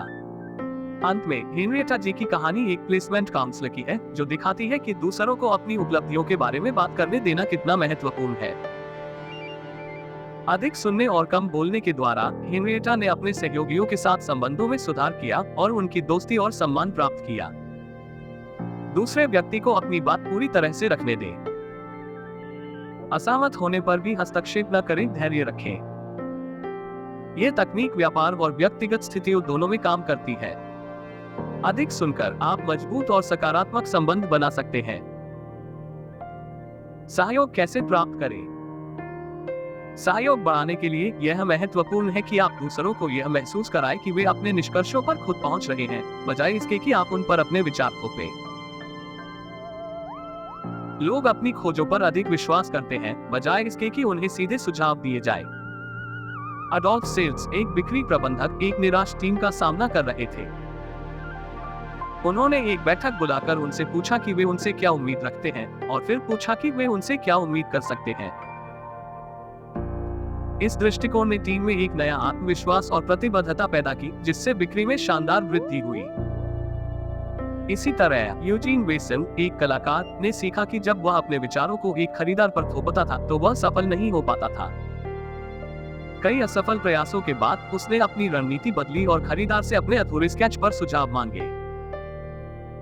इससे खरीदार को रचना प्रक्रिया में शामिल होने का एहसास हुआ, जिसके परिणामस्वरूप कई डिजाइन स्वीकार किए गए। पॉल एम डेविस ने अपने परिवार के साथ इसी सिद्धांत को प्रदर्शित किया जब उन्होंने अपनी बेटी से पूछा कि वे गर्मियों की छुट्टी के लिए कौन से ऐतिहासिक स्थलों का दौरा करना चाहेंगी।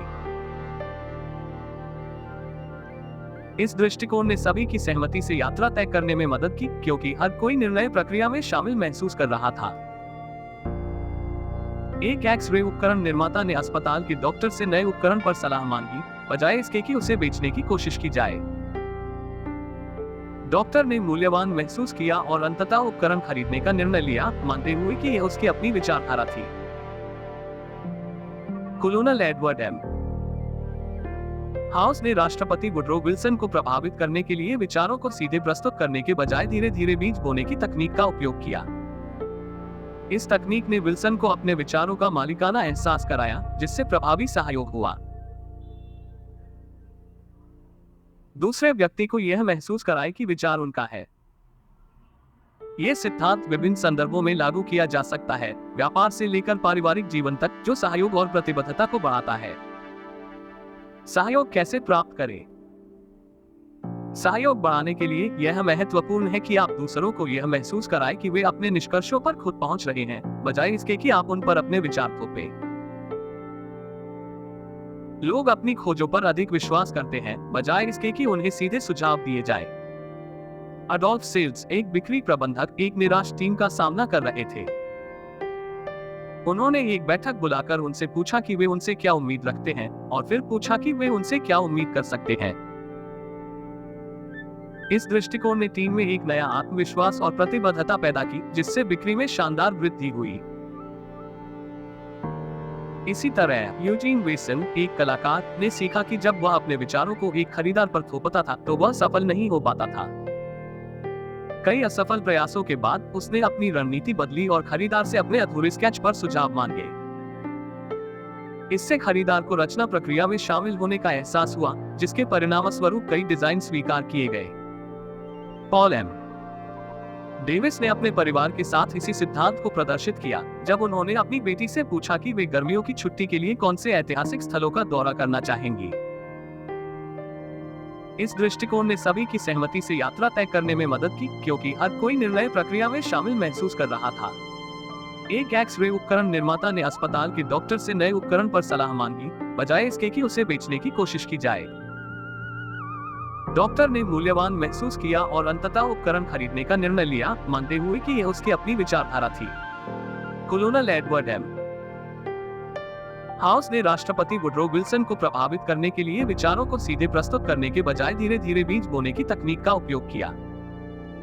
इस तकनीक ने विल्सन को अपने विचारों का मालिकाना एहसास कराया, जिससे प्रभावी सहयोग हुआ। दूसरे व्यक्ति को यह महसूस कराए कि विचार उनका है। यह सिद्धांत विभिन्न संदर्भों में लागू किया जा सकता है, व्यापार से लेकर पारिवारिक जीवन तक, जो सहयोग और प्रतिबद्धता को बढ़ाता है। वो सूत्र जो आपके लिए चमत्कार करेगा। दूसरों के साथ प्रभावी ढंग से बातचीत करने के लिए यह महत्वपूर्ण है कि आप समझें कि लोग अक्सर अपने खुद के दृष्टिकोण रखते हैं। उनके विचारों को खारिज करने के बजाय उनके तर्क को समझने की कोशिश करें। सहानुभूति जरूरी है। जब आप खुद को उनकी जगह पर रखते हैं, तो आप उनके भावनाओं और विचारों के बारे में महत्वपूर्ण जानकारी प्राप्त कर सकते हैं। उदाहरण के लिए, श्री डगलस ने अपनी पत्नी की बागवानी की मेहनत की सराहना करना सीखा। उन्होंने उसकी मदद की और उसके काम की तारीफ की, जिससे उनके बीच का बंधन मजबूत हुआ। इस दृष्टिकोण में बदलाव ने उनकी बातचीत और सहयोग को बेहतर बनाया। एक अन्य उदाहरण में, एक व्यक्ति ने पार्क में आग लगाते युवा लोगों के साथ चुनौतियों का सामना किया। शुरुआत में उन्होंने उन पर अधिकार से बात की, जिससे नकारात्मकता पैदा हुई। हालांकि जब उन्होंने विनम्रता से उन्हें समझाया कि आग लगाना कितना खतरनाक है और विकल्प दिए, तो युवा सहयोगी और सकारात्मक बन गए। इसी तरह एलिजाबेथ नोवाक को एक लेट पेमेंट के कारण तनावपूर्ण स्थिति का सामना करना पड़ा। जब उन्होंने इस स्थिति को खाता प्रबंधक के दृष्टिकोण से देखा और ईमानदारी से समझदारी दिखाई, तो उन्होंने एक तनावपूर्ण बातचीत को एक मैत्रीपूर्ण वार्तालाप में बदल दिया, जिसके परिणामस्वरूप एक उचित भुगतान योजना बनी। इस पाठ का केंद्रीय संदेश यह है कि सहयोग की तलाश करने से पहले दूसरों के दृष्टिकोण पर विचार करें। यह दृष्टिकोण न केवल मित्रता को बढ़ावा देता है, बल्कि विभिन्न परिस्थितियों में बेहतर परिणाम भी देता है, चाहे वह व्यवसाय हो या व्यक्तिगत बातचीत। याद रखें, किसी अन्य व्यक्ति की आंखों से देखने से तनाव कम हो सकता है और सफलता के रास्ते को आसान बना सकता है। स्पष्ट वाक्यांशीकरण, कुछ वाक्यों को अधिक संक्षिप्त और प्रभावशाली बनाया गया। एक समापन वाक्य जोड़ा गया। अंतिम पंक्ति में सहानुभूति और समझ के महत्व पर जोर दिया गया। सुव्यवस्थित उदाहरण, सुनिश्चित करें कि प्रत्येक उदाहरण बेहतर सामंजस्य के लिए तार्किक रूप से अगले में प्रवाहित हो। आपके लिए काम करने वाला फॉर्मूला।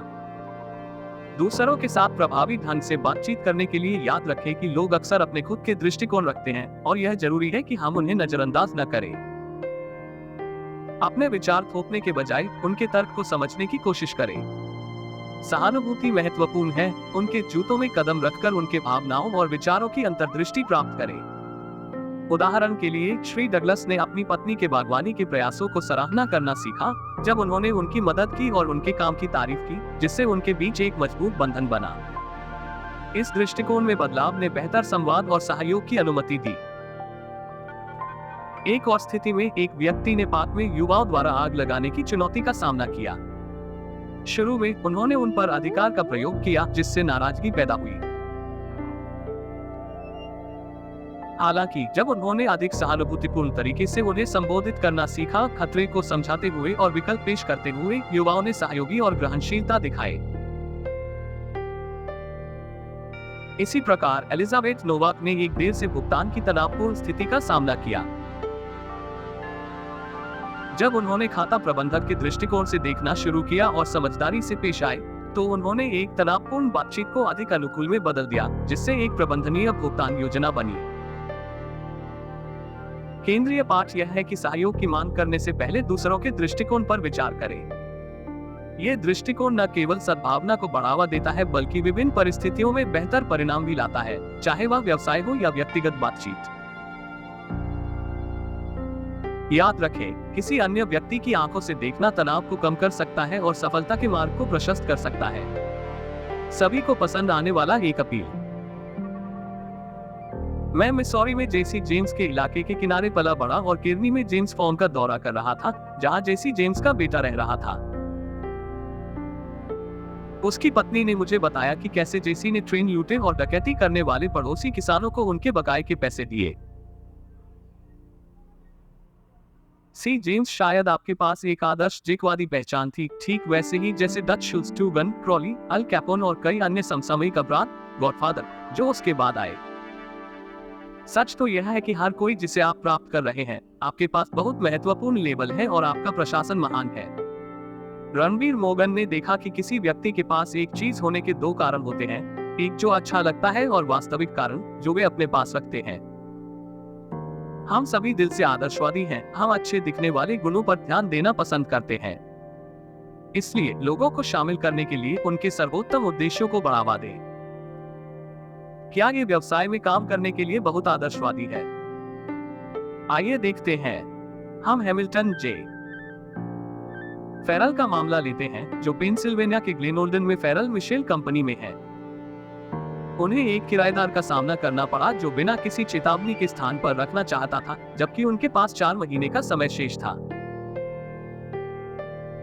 श्री फेरल स्वभाव से निराश थी क्योंकि किराएदारों के पास उनके घर में सबसे शानदार मौसम में स्थिर समय सीमा थी।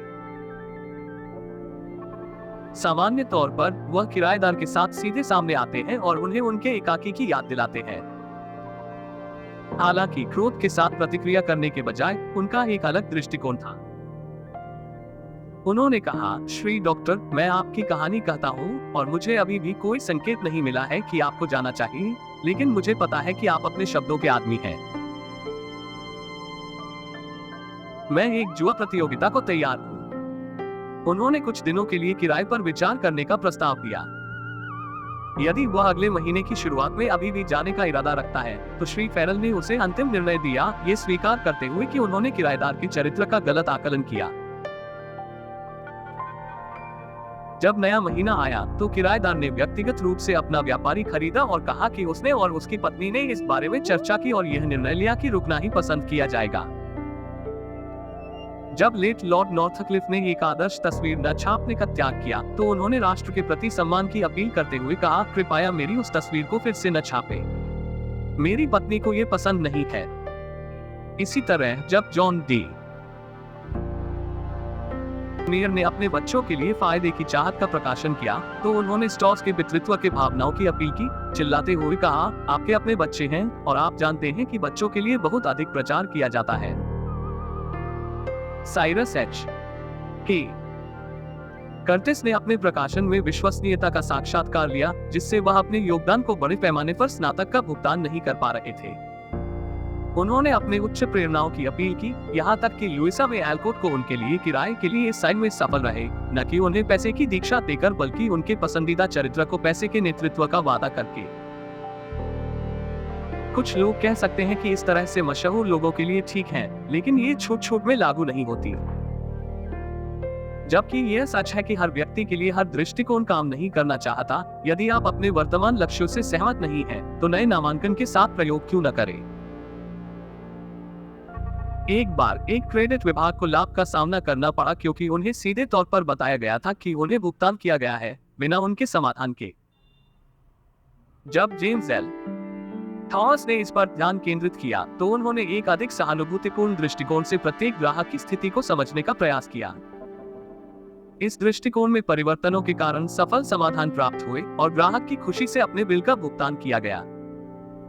श्री थॉमस ने सबसे निष्कर्ष निकाला कि जब ग्राहक के बारे में कोई जानकारी उपलब्ध नहीं थी, तो अच्छा दृष्टिकोण यह मान लिया जाता है कि वे ईमानदार हैं और आरोप की सत्यता समझने के बाद भुगतान करने की इच्छा रखते हैं।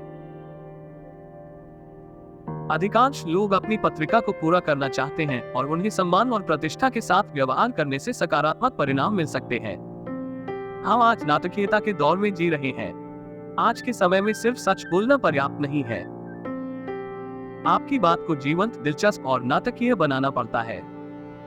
चाहे वह दुकान के शोकेस हो, टीवी विज्ञापन हो या फिल्म में, नाटकीयता का उपयोग किया जाता है और यह बहुत सफल होता है। उदाहरण के लिए जिम यमन्स, जो एनसीआर कंपनी के लिए काम करते थे, एक ग्रोसरी स्टोर के मालिक को पुराने कैश रजिस्टर बदलने के लिए समझा रहे थे। सीधे शब्दों में कहने की बजाय उन्होंने सिक्कों का एक मुट्ठी भर फर्श पर फेंक दिया। सिक्कों की आवाज ने तुरंत मालिक का ध्यान खींच लिया और उन्होंने महसूस किया कि वह कितनी छोटी छोटी रकम गंवा रहे थे। नतीजा ये हुआ कि उन्होंने तुरंत सभी पुरानी मशीनों को बदलने का ऑर्डर दे दिया। नाटकीयता रोजमर्रा के जीवन में भी काम करती है। जब कोई शादी का प्रस्ताव देता है तो वह सिर्फ आई लव यू नहीं कहता, वह घुटनों पर झुक जाता है। यह उसके इरादों को और गंभीर बनाता है। इसी तरह जो डीन ने अपने बच्चों को खिलौने उठाने के लिए एक मजेदार तरीका निकाला। उन्होंने अपने बेटे को ट्रेन का इंजीनियर बनाया और बेटी को कोयला उठाने का काम दिया। इस खेल में पूरा कमरा साफ हो गया बिना किसी डांट फटकार के। मैरी कैथरीन वुल्फ को अपने बॉस से बात करनी थी, लेकिन वह हमेशा व्यस्त रहते थे। एक हफ्ता बीत गया और कोई जवाब नहीं मिला, तो मैरी ने एक रचनात्मक तरीका अपनाया। उन्होंने अपने बॉस को एक औपचारिक पत्र लिखा और उसके साथ एक फॉर्म और खुद का पता लिखा लिफाफा भेजा। उन्होंने बॉस से अनुरोध किया कि वह या उनकी सचिव इस फॉर्म को भरकर उन्हें लौटा दें, जिसमें वे मिलने का समय दे सके। कुछ घंटों के भीतर मैरी को एक जवाब मिला और अगले दिन उन्होंने अपने बॉस से मुलाकात की। अगर उन्होंने नाटकीय तरीके से अपने संदेश को नहीं प्रस्तुत किया होता, तो शायद वह अभी भी इंतजार कर रही होती। प्रस्तुतियों में भी नाटकीयता का असर होता है। जेम्स बी बॉयटन को एक प्रमुख कोल्ड क्रीम ब्रांड के लिए एक मार्केट रिपोर्ट पेश करनी थी। पहली बार उन्होंने सिर्फ आंकड़े और तथ्यों के आधार पर अपनी बात रखी, लेकिन परिणाम संतोषजनक नहीं थे। दूसरी बार उन्होंने नाटकीयता का सहारा लिया। वह एक ब्रीफकेस लेकर उस ग्राहक के पास गए और उसमें से 32 कोल्ड क्रीम की बोतलें निकालकर ग्राहक की टेबल पर रख दी। हर बोतल उस ब्रांड के प्रतिस्पर्धियों की थी। हर बोतल पर टैग लगा था, जिसमें व्यापारिक जांच के परिणामों का सारांश दिया गया था। यह दृश्यात्मक प्रस्तुति ने ग्राहक का ध्यान खींचा और पहले की तुलना में इस बार चर्चा उत्साहपूर्वक हुई। जब कुछ और काम न आए, तो यह तरीका आजमाए। चार्ल्स श्वाब, जो एक सफल स्टील टाइकून थे, ने एक बार अपनी एक मिल में बड़ी चुनौती का सामना किया। मिल का प्रबंधक तमाम कोशिशों के बावजूद कर्मचारियों की उत्पादकता नहीं बढ़ा पा रहा था। उसने उन्हें समझाया, डांटा, धमकाया, लेकिन कोई फायदा नहीं हुआ। तब श्वाब ने कुछ अलग करने का फैसला किया। दिन की शिफ्ट के अंत में श्वाब ने पूछा कि उन्होंने कितनी हीट्स यूनिट्स ऑफ वर्क पूरी की, और जवाब मिला 6। श्वाब ने बिना कुछ कहे जमीन पर एक बड़ा 6 चौक से लिख दिया और चले गए। जब रात की शिफ्ट आई तो उन्होंने ये 6 देखा और खुद को दिन की शिफ्ट से बेहतर साबित करने के लिए जुट गए। अगले दिन सुबह उन्होंने जमीन पर 7 लिख दिया। दिन की शिफ्ट ने ये देखा और उन्होंने भी प्रतिस्पर्धा में अपनी उत्पादन बढ़ाकर एक 10 छोड़ दिया। इस छोटे से कदम ने दोनों शिफ्ट्स के बीच प्रतिस्पर्धा पैदा कर दी और उत्पादन इतना बढ़ा कि वह मिल, जो सबसे पीछे चल रही थी, कंपनी की सबसे अधिक उत्पादक मिल बन गई। श्वाब ने साबित कर दिया कि जब और कोई तरीका काम न आए, तो प्रतिस्पर्धा की भावना से प्रेरणा देकर अद्भुत परिणाम हासिल किए जा सकते हैं। श्वाब ने खुद कहा था, काम करवाने का तरीका है प्रतिस्पर्धा को प्रोत्साहित करना। मैं ये पैसों की लालच वाली प्रतिस्पर्धा की बात नहीं कर रहा, बल्कि वह प्रतिस्पर्धा जिसमें श्रेष्ठ बनने की चाह होती है। इतिहास में भी ऐसी कई कहानियां हैं जहां चुनौती ने लोगों को महानता की ओर धकेला। थियोडोर रूजवेल्ट, जो क्यूबा से लौटे युद्ध के नायक थे, न्यूयॉर्क के गवर्नर पद के लिए चुनाव लड़ने से डर रहे थे। उनकी कानूनी निवासिता पर सवाल उठाया जा रहा था और वह चुनाव से हटना चाह रहे थे। तभी सेनेटर थॉमस कॉलियर प्लेट ने चुनौती दी और कहा, क्या सैन जुआन हिल का नायक एक काय है? इस चुनौती ने रूजवेल्ट को प्रेरित किया। उन्होंने चुनाव लड़ा, जीता और अंततः संयुक्त राज्य अमेरिका के राष्ट्रपति बने। इसी तरह जब अल स्मिथ न्यूयॉर्क के गवर्नर थे, तो सिंह सिंह जेल अपने भ्रष्टाचार और कांडों के लिए कुख्यात थी। स्मिथ को वहां एक मजबूत नेता चाहिए था। उन्होंने लुई सी लॉस को ये जिम्मेदारी सौंपी, जो थोड़े घबराए हुए थे। जब उन्होंने हिचकिचाहट दिखाई तो स्मिथ ने कहा, यह बहुत कठिन जगह है, इसे संभालने के लिए एक बड़ा आदमी चाहिए। इस चुनौती को स्वीकार करते हुए लॉस ने सिंह सिंह को संभाला और इतिहास में सबसे प्रसिद्ध जेलर बन गए। उनकी किताब 20,000 ईयर्स इन सिंह सिंह ने लाखों प्रतियां बेची और उनकी कहानियों पर कई फिल्में बनी। व्यवसाय में भी यह सिद्धांत लागू होता है। हार्वे एस फायरस्टोन, जिन्होंने Firestone tyre and rubber company की स्थापना की, ने कहा था, सिर्फ पैसा अच्छे लोगों को आकर्षित या बनाए नहीं रख सकता। ये खुद खेल है। चुनौती, खुद को साबित करने का अवसर और अपनी क्षमता दिखाने का मौका, यही वह चीजें हैं जो लोगों को प्रेरित करती हैं। मशहूर व्यवहार वैज्ञानिक फ्रेडरिक हर्जेबर्ग ने जब हजारों कर्मचारियों के काम के प्रति दृष्टिकोण का अध्ययन किया, तो उन्होंने पाया कि सबसे अधिक प्रेरित करने वाला कारक पैसा या अच्छे कामकाजी हालात नहीं था, बल्कि ये खुद काम ही था जो सबसे अधिक प्रेरणा देता था, काम से मिलने वाला संतोष और चुनौती। अगर आपको आलोचना करनी है तो इस तरह से शुरू करें। एक प्रभावी नेतृत्व तकनीक ये है कि किसी की गलतियों को संबोधित करने से पहले प्रशंसा से शुरू करें। केल्विन कूलिज, जो अपनी शांत स्वभाव के लिए जाने जाते थे, ने एक सचिव की उपस्थिति की तारीफ की, फिर धीरे धीरे सुझाव दिया कि वह अपनी विराम चिन्हों में सुधार करे। इससे आलोचना को स्वीकार करना आसान हो गया। इसी तरह 1896 में राष्ट्रपति मैक्किले ने एक राजनीतिक भाषण की आलोचना करते समय कुशलता से काम किया। उन्होंने भाषण देने वाले की मेहनत की तारीफ की, फिर सुधार के सुझाव दिए। इस सकारात्मक दृष्टिकोण ने भाषण देने वाले को प्रेरित किया और वह बाद में मैक्किले के अभियान का एक महत्वपूर्ण हिस्सा बन गया। यहाँ तक कि इब्राहम लिंकन ने भी नागरिक युद्ध के अंधेरे दिनों में जनरल हुकर की कमियों को संबोधित करते समय विवेक का इस्तेमाल किया। उन्होंने सीधे तौर पर कमियों को नहीं बताया, बल्कि पहले उसकी ताकतों को स्वीकार किया और फिर ध्यान से सुधार की आवश्यकताओं को बताया। उनका प्रसिद्ध पत्र दिखाता है कि कैसे हल्की आलोचना लोगों का नेतृत्व करने में प्रभावी हो सकती है। यह तकनीक केवल प्रसिद्ध नेताओं के लिए नहीं है, सामान्य व्यवसाय भी इसका लाभ उठा सकते हैं। उदाहरण के लिए W.P. गौ ने एक उप ठेकेदार से निपटने के दौरान इस दृष्टिकोण का इस्तेमाल किया, जो एक बड़े निर्माण प्रोजेक्ट में देरी कर रहा था।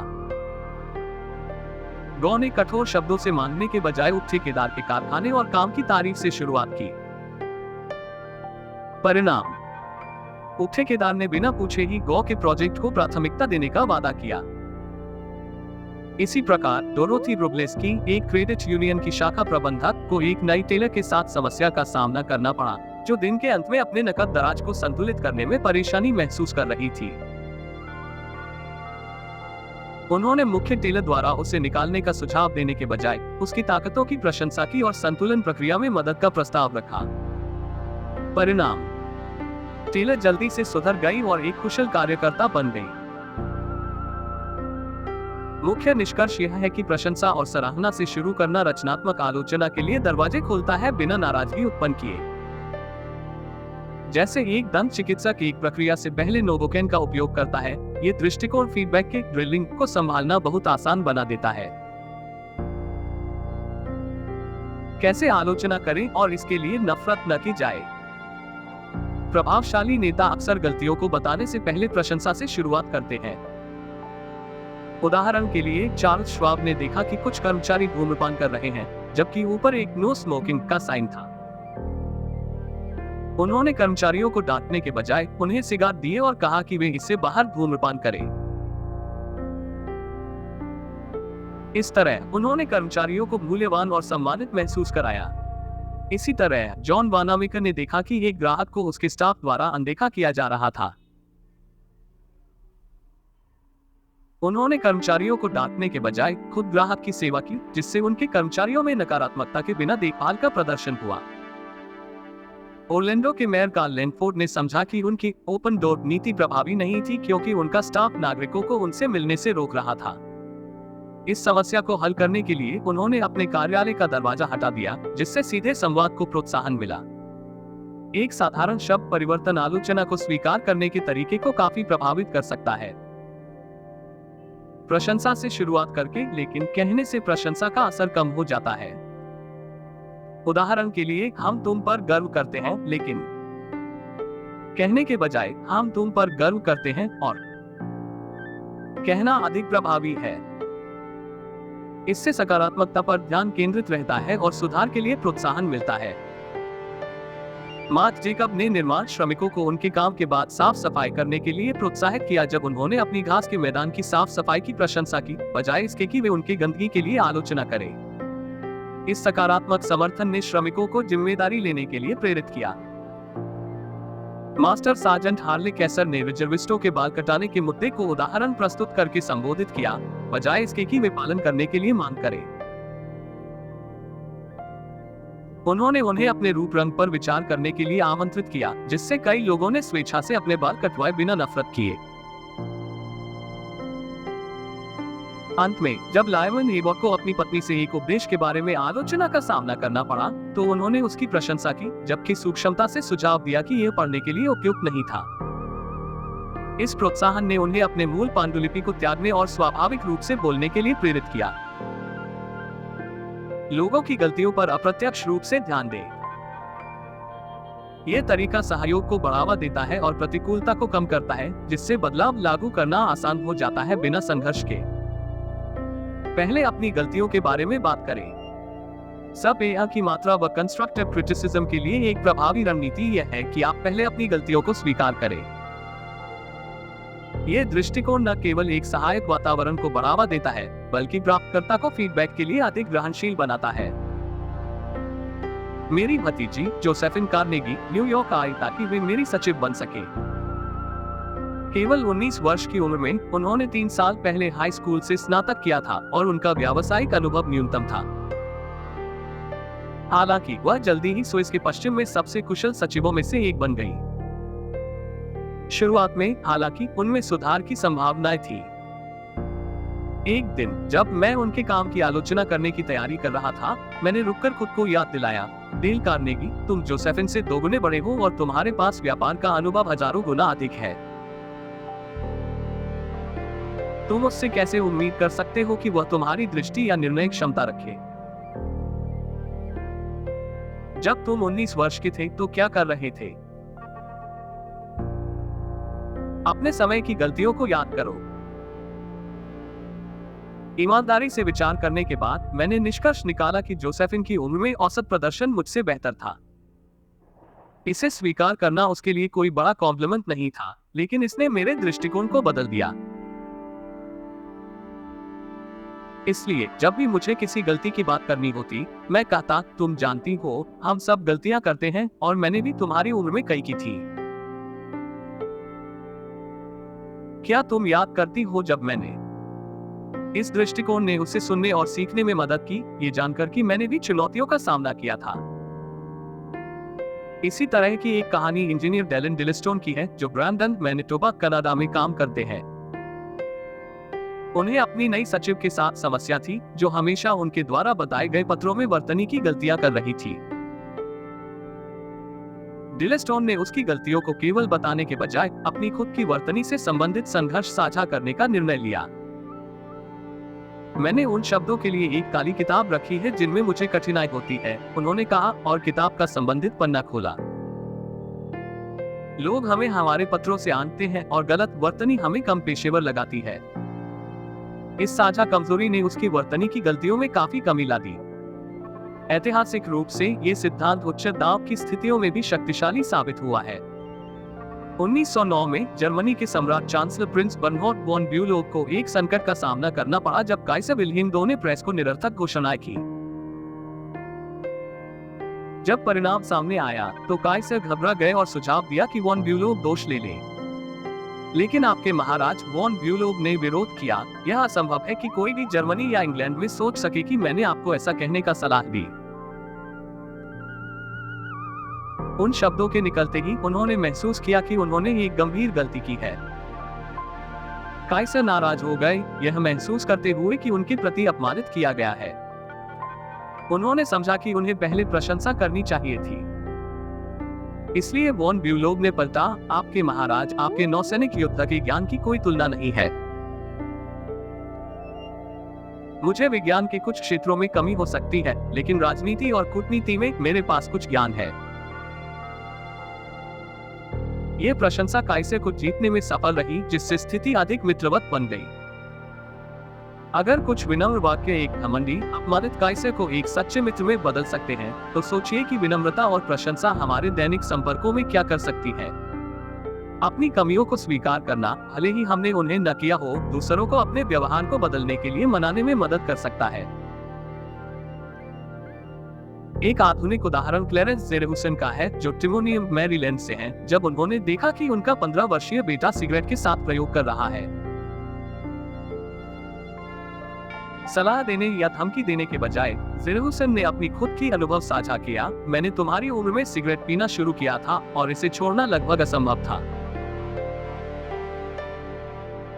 मैंने उसे अपनी खांसी के बारे में याद दिलाया और कैसे उसने मुझसे छोड़ने के लिए कहा था। उस ईमानदार बातचीत के परिणामस्वरूप उनके बेटे ने सिगरेट पीने का निर्णय नहीं लिया और वह कभी ऐसा करने की योजना नहीं बनाता। इस अनुभव से प्रेरित होकर जेरेहुसन ने भी खुद को सिगरेट छोड़ने का निर्णय लिया, जिसे उनके परिवार का समर्थन मिला। मुख्य संदेश स्पष्ट है, दूसरों की आलोचना करने से पहले अपनी गलतियों के बारे में बात करें। ये सिद्धांत न केवल समझ को बढ़ाता है, बल्कि सुधार के अवसरों को भी प्रोत्साहित करता है, जिससे असहज बातचीत को संबंध और सुधार के अवसरों में बदल दिया जाता है। किसी को आदेश देना पसंद नहीं होता। कोई भी यह महसूस करना पसंद नहीं करता कि उसे हुक्म दिया जा रहा है। इससे नाराजगी पैदा होती है और सहयोग में कमी आती है। एक कठोर आदेश लंबे समय तक नकारात्मक भावनाएं पैदा कर सकता है, भले ही उसका उद्देश्य किसी बुरी स्थिति को सुधारना हो।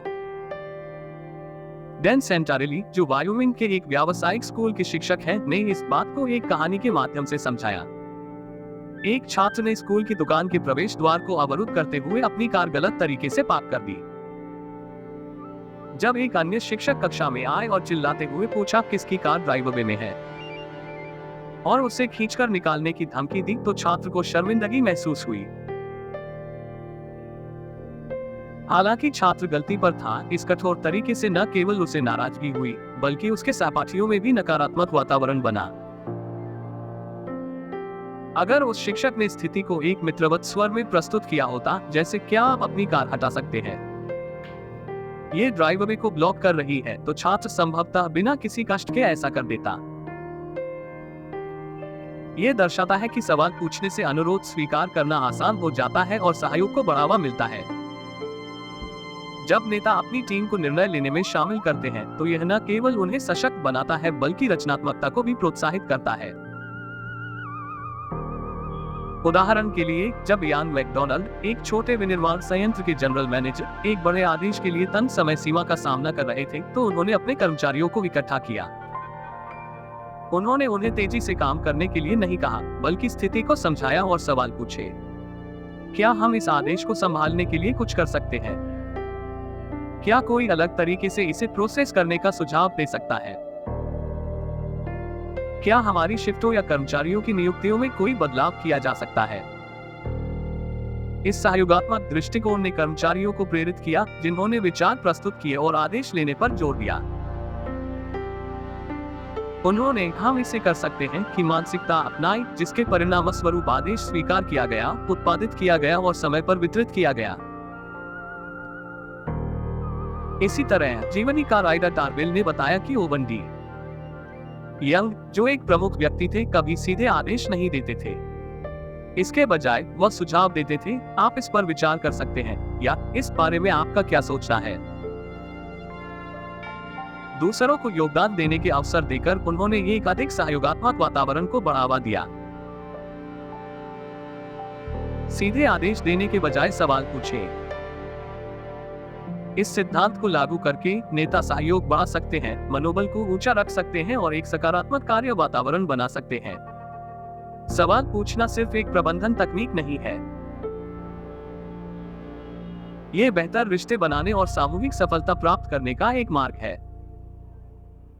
दूसरे व्यक्ति को इज्जत के साथ संभालें। Let the other person save face. किसी भी स्थिति में जहां आलोचना या सुधार आवश्यक हो, दूसरे व्यक्ति की इज्जत बनाए रखना बेहद जरूरी है। एक महत्वपूर्ण उदाहरण जनरल इलेक्ट्रिक कंपनी से आता है, जब कंपनी को चार्ल्स स्टीनमेट्ज को विभाग प्रमुख के पद से हटाने का नाजुक काम करना पड़ा। हालांकि स्टीनमेट्ज विद्युत इंजीनियरिंग में एक शानदार प्रतिभा थे, वे गणना विभाग के प्रमुख के रूप में सफल नहीं हो पाए थे। कंपनी ने उन्हें सीधा अपमानित करने या असहज करने की बजाय उन्हें एक नया पद कंसल्टिंग इंजीनियर दे दिया, जो उनके कौशल के लिए बेहतर था। ये बदलाव उन्हें बिना किसी चोट या अपमान के संभालने में मददगार साबित हुआ। इस संवेदनशील तरीके से स्थिति को संभालना अनावश्यक विवादों को टालने का बेहतरीन तरीका था। हर रोज के कार्यक्षेत्र में भी इज्जत बनाए रखने की यह जरूरत उतनी ही महत्वपूर्ण है। मार्शल ग्रेंजर, एक प्रमाणित लोक लेखाकार का उदाहरण लें। उनके फर्म को अक्सर मौसमी कर्मचारियों को काम से हटाना पड़ता था और यह काम उन्हें असहज महसूस कराता था। सीधी छटनी देने की बजाय उन्होंने एक विचारशील तरीका अपनाया। वे हर कर्मचारी के योगदान को स्वीकारते और उनकी मेहनत की सराहना करते, जिससे ये कर्मचारी अपनी इज्जत के साथ विदा होते। इसका परिणाम ये हुआ कि जब भी उन्हें जरूरत होती, ये कर्मचारी फिर से कंपनी के साथ काम करने आते, जिससे सकारात्मक संबंध कायम रहे। लेकिन फ्रेड क्लार्क की कहानी दिखाती है कि इस सिद्धांत की अनदेखी कैसे नकारात्मक परिणाम दे सकती है। एक उत्पादन बैठक में एक उपाध्यक्ष ने एक सुपरवाइजर को सभी के सामने कठोरता से आलोचना की। यह सुपरवाइजर शर्मिंदा और असहज महसूस करने लगा और उसका रुख बचावात्मक हो गया। इसके बाद कार्य संबंधों में दरार आ गई और अंततः वह सुपरवाइजर कंपनी छोड़कर चला गया। इसके विपरीत अन्ना मजोन, जो एक मार्केटिंग विशेषज्ञ थी, ने एक अलग अनुभव साझा किया। अपने पहले बड़े असाइनमेंट में बड़ी गलती करने के बाद उन्होंने सोचा कि उन्हें कड़ी आलोचना का सामना करना पड़ेगा। लेकिन उनके बॉस ने उन्हें आश्वस्त किया कि गलतियां नई परियोजनाओं में सामान्य हैं और उन्होंने सार्वजनिक रूप से उनके कौशल में विश्वास जताया।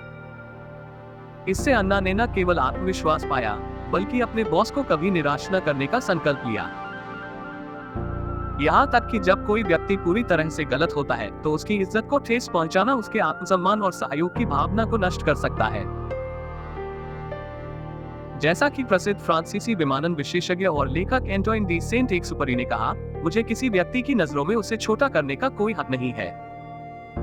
महत्व इस बात का नहीं है कि मैं उसके बारे में क्या सोचता हूँ, बल्कि यह कि वह अपने बारे में क्या सोचता है। ये समयहीन सत्य हमें याद दिलाता है कि व्यक्ति की आत्मसम्मान उसकी अपनी राय से ज्यादा महत्वपूर्ण है। एक सच्चा नेता हमेशा ये सुनिश्चित करेगा कि हर व्यक्ति किसी भी बातचीत से सम्मान के साथ बाहर जाए। लोगों को सफलता की ओर प्रेरित कैसे करें? पीट बार्लो, मेरा एक पुराना दोस्त था जो सर्कस में कुत्तों को प्रशिक्षित करता था। उसे एक साधारण सच्चाई का पता था, प्रशंसा अद्भुत काम करती है। जैसे ही कुत्ता थोड़ी भी प्रगति दिखाता, पीट उसे सराहता और उसे एक ट्रीट देता। ये सकारात्मक प्रोत्साहन कुत्ते को और बेहतर सीखने के लिए प्रेरित करता। सदियों से पशु प्रशिक्षक इसी सिद्धांत का उपयोग करते आ रहे हैं। लेकिन हम इस सामान्य ज्ञान का उपयोग लोगों पर क्यों नहीं करते? आलोचना के बजाय हम प्रशंसा का प्रयोग क्यों नहीं करते? जब हम थोड़ी भी प्रगति की सराहना करते हैं, तो इससे दूसरों को आगे बढ़ने की प्रेरणा मिलती है। मनोवैज्ञानिक जेस लेयर ने अपनी किताब I am much baby but I am all I got में कहा, प्रशंसा मानव आत्मा के लिए सूरज की रोशनी जैसी होती है। इसके बिना हम खिल और बढ़ नहीं सकते। फिर भी हम आलोचना करने के लिए हमेशा तैयार रहते हैं, लेकिन दूसरों को प्रोत्साहित करने में कंजूसी कर जाते हैं। अगर हम लोगों को खिलते हुए देखना चाहते हैं, तो हमें इस सोच को बदलना होगा। प्रशंसा ने कई महान हस्तियों का जीवन बदल दिया है। उदाहरण के लिए प्रसिद्ध ओपेरा गायक एनरिको कारुसो की कहानी ले। जब वे छोटे थे तो उनके पहले संगीत शिक्षक ने उन्हें निराश कर दिया था, ये कहकर कि उनकी आवाज बेकार है। लेकिन उनकी मां ने उनका विश्वास बनाए रखा। उन्होंने कारुसो की छोटी छोटी प्रगति की प्रशंसा की और यहाँ तक कि अपने लिए जूते नहीं खरीदे ताकि वह उनके संगीत की शिक्षा का खर्च उठा सके। उनकी मां की यह प्रशंसा उनके जीवन की दिशा बदलने में महत्वपूर्ण साबित हुई और कारुसो अपने समय के सबसे महान ओपेरा गायक बने। ऐसी ही कहानी चार्ल्स डिकेंस की है, जिन्हें बहुत कम औपचारिक शिक्षा मिली थी और अपने जीवन के शुरुआती दिनों में संघर्ष किया था। जब उनकी पहली कहानी प्रकाशित हुई तो उन्हें जो प्रशंसा मिली उसने उनकी दृढ़ता को जगा दिया। ये छोटी सी सफलता उनके साहित्यिक करियर की नींव बन गई। इसी तरह H.G. वेल्स, जो एक दुकान में काम करते हुए निराश और हताश थे, अपने पुराने शिक्षक की प्रशंसा से प्रेरित हुए। यह प्रोत्साहन उनके जीवन को एक नई दिशा में ले गया और आगे चलकर वे अपने समय के सबसे सफल लेखकों में से एक बने। हम अक्सर अपनी रोजमर्रा की बातचीत में प्रशंसा की शक्ति को कम आंकते हैं, चाहे वह हमारे बच्चों के साथ हो, सहकर्मियों के साथ या कर्मचारियों के साथ। उत्तरी कैरोलिना के जॉन रिंगेल्सपॉ ने अपने बच्चों की गलतियों को गिनने के बजाय उनके सकारात्मक कार्यों पर ध्यान केंद्रित किया। शुरुआत में यह मुश्किल था, लेकिन कुछ ही दिनों में उनके बच्चों का व्यवहार काफी बेहतर हो गया, क्योंकि वे अब प्रशंसा पाने की कोशिश करने लगे, न कि आलोचना से बचने की। ये सिद्धांत कार्यस्थल में भी लागू होता है। उदाहरण के लिए, कैलिफोर्निया के कीथ रोपर ने प्रशंसा का उपयोग करके एक खराब प्रदर्शन करने वाले कर्मचारी का दृष्टिकोण बदल दिया। उन्होंने उस कर्मचारी के उच्च गुणवत्ता वाले काम की विशिष्ट रूप से सराहना की, जिसने उस व्यक्ति के आत्मविश्वास को पुनर्जीवित किया और उसे कंपनी का एक वफादार और समर्पित कर्मचारी बना दिया। नेताओं के लिए व्यावहारिक सुझाव। चाहे हम नेता हो, प्रबंधक हो या माता पिता, हम अक्सर गलतियों को सुधारने पर ध्यान केंद्रित करते हैं। लेकिन दीर्घकालिक सफलता की कुंजी सकारात्मक व्यवहार को सुदृढ़ करने में है। यहाँ कुछ तरीके हैं जिनसे आप इन सिद्धांतों को लागू कर सकते हैं। उदाहरण के लिए, आपकी प्रस्तुति बहुत अच्छी तरह से शोध की गई और प्रभावी थी। समय पर तारीफ करें। प्रशंसा सबसे प्रभावी तब होती है जब इसे तुरंत दिया जाता है। इसे अगली मीटिंग या समीक्षा तक न टालें। ईमानदार रहें, लोग चापलूसी को समझ जाते हैं। सुनिश्चित करें कि आपकी प्रशंसा सच्ची हो और छोटी छोटी चीजों के लिए बार बार तारीफ करने से बचें ताकि आपकी विश्वसनीयता बनी रहे। प्रशंसा और रचनात्मक आलोचना का संतुलन। जहां प्रशंसा जरूरी है, वहीं कई बार आलोचना भी अनिवार्य होती है। महत्वपूर्ण यह है कि आलोचना को प्रोत्साहन के साथ संतुलित किया जाए।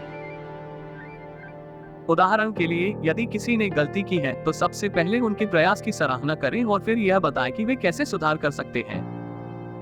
प्रशंसा जीवन बदल सकती है। हम सभी में दूसरों को सरल मान्यता और प्रशंसा के माध्यम से प्रेरित करने की शक्ति है।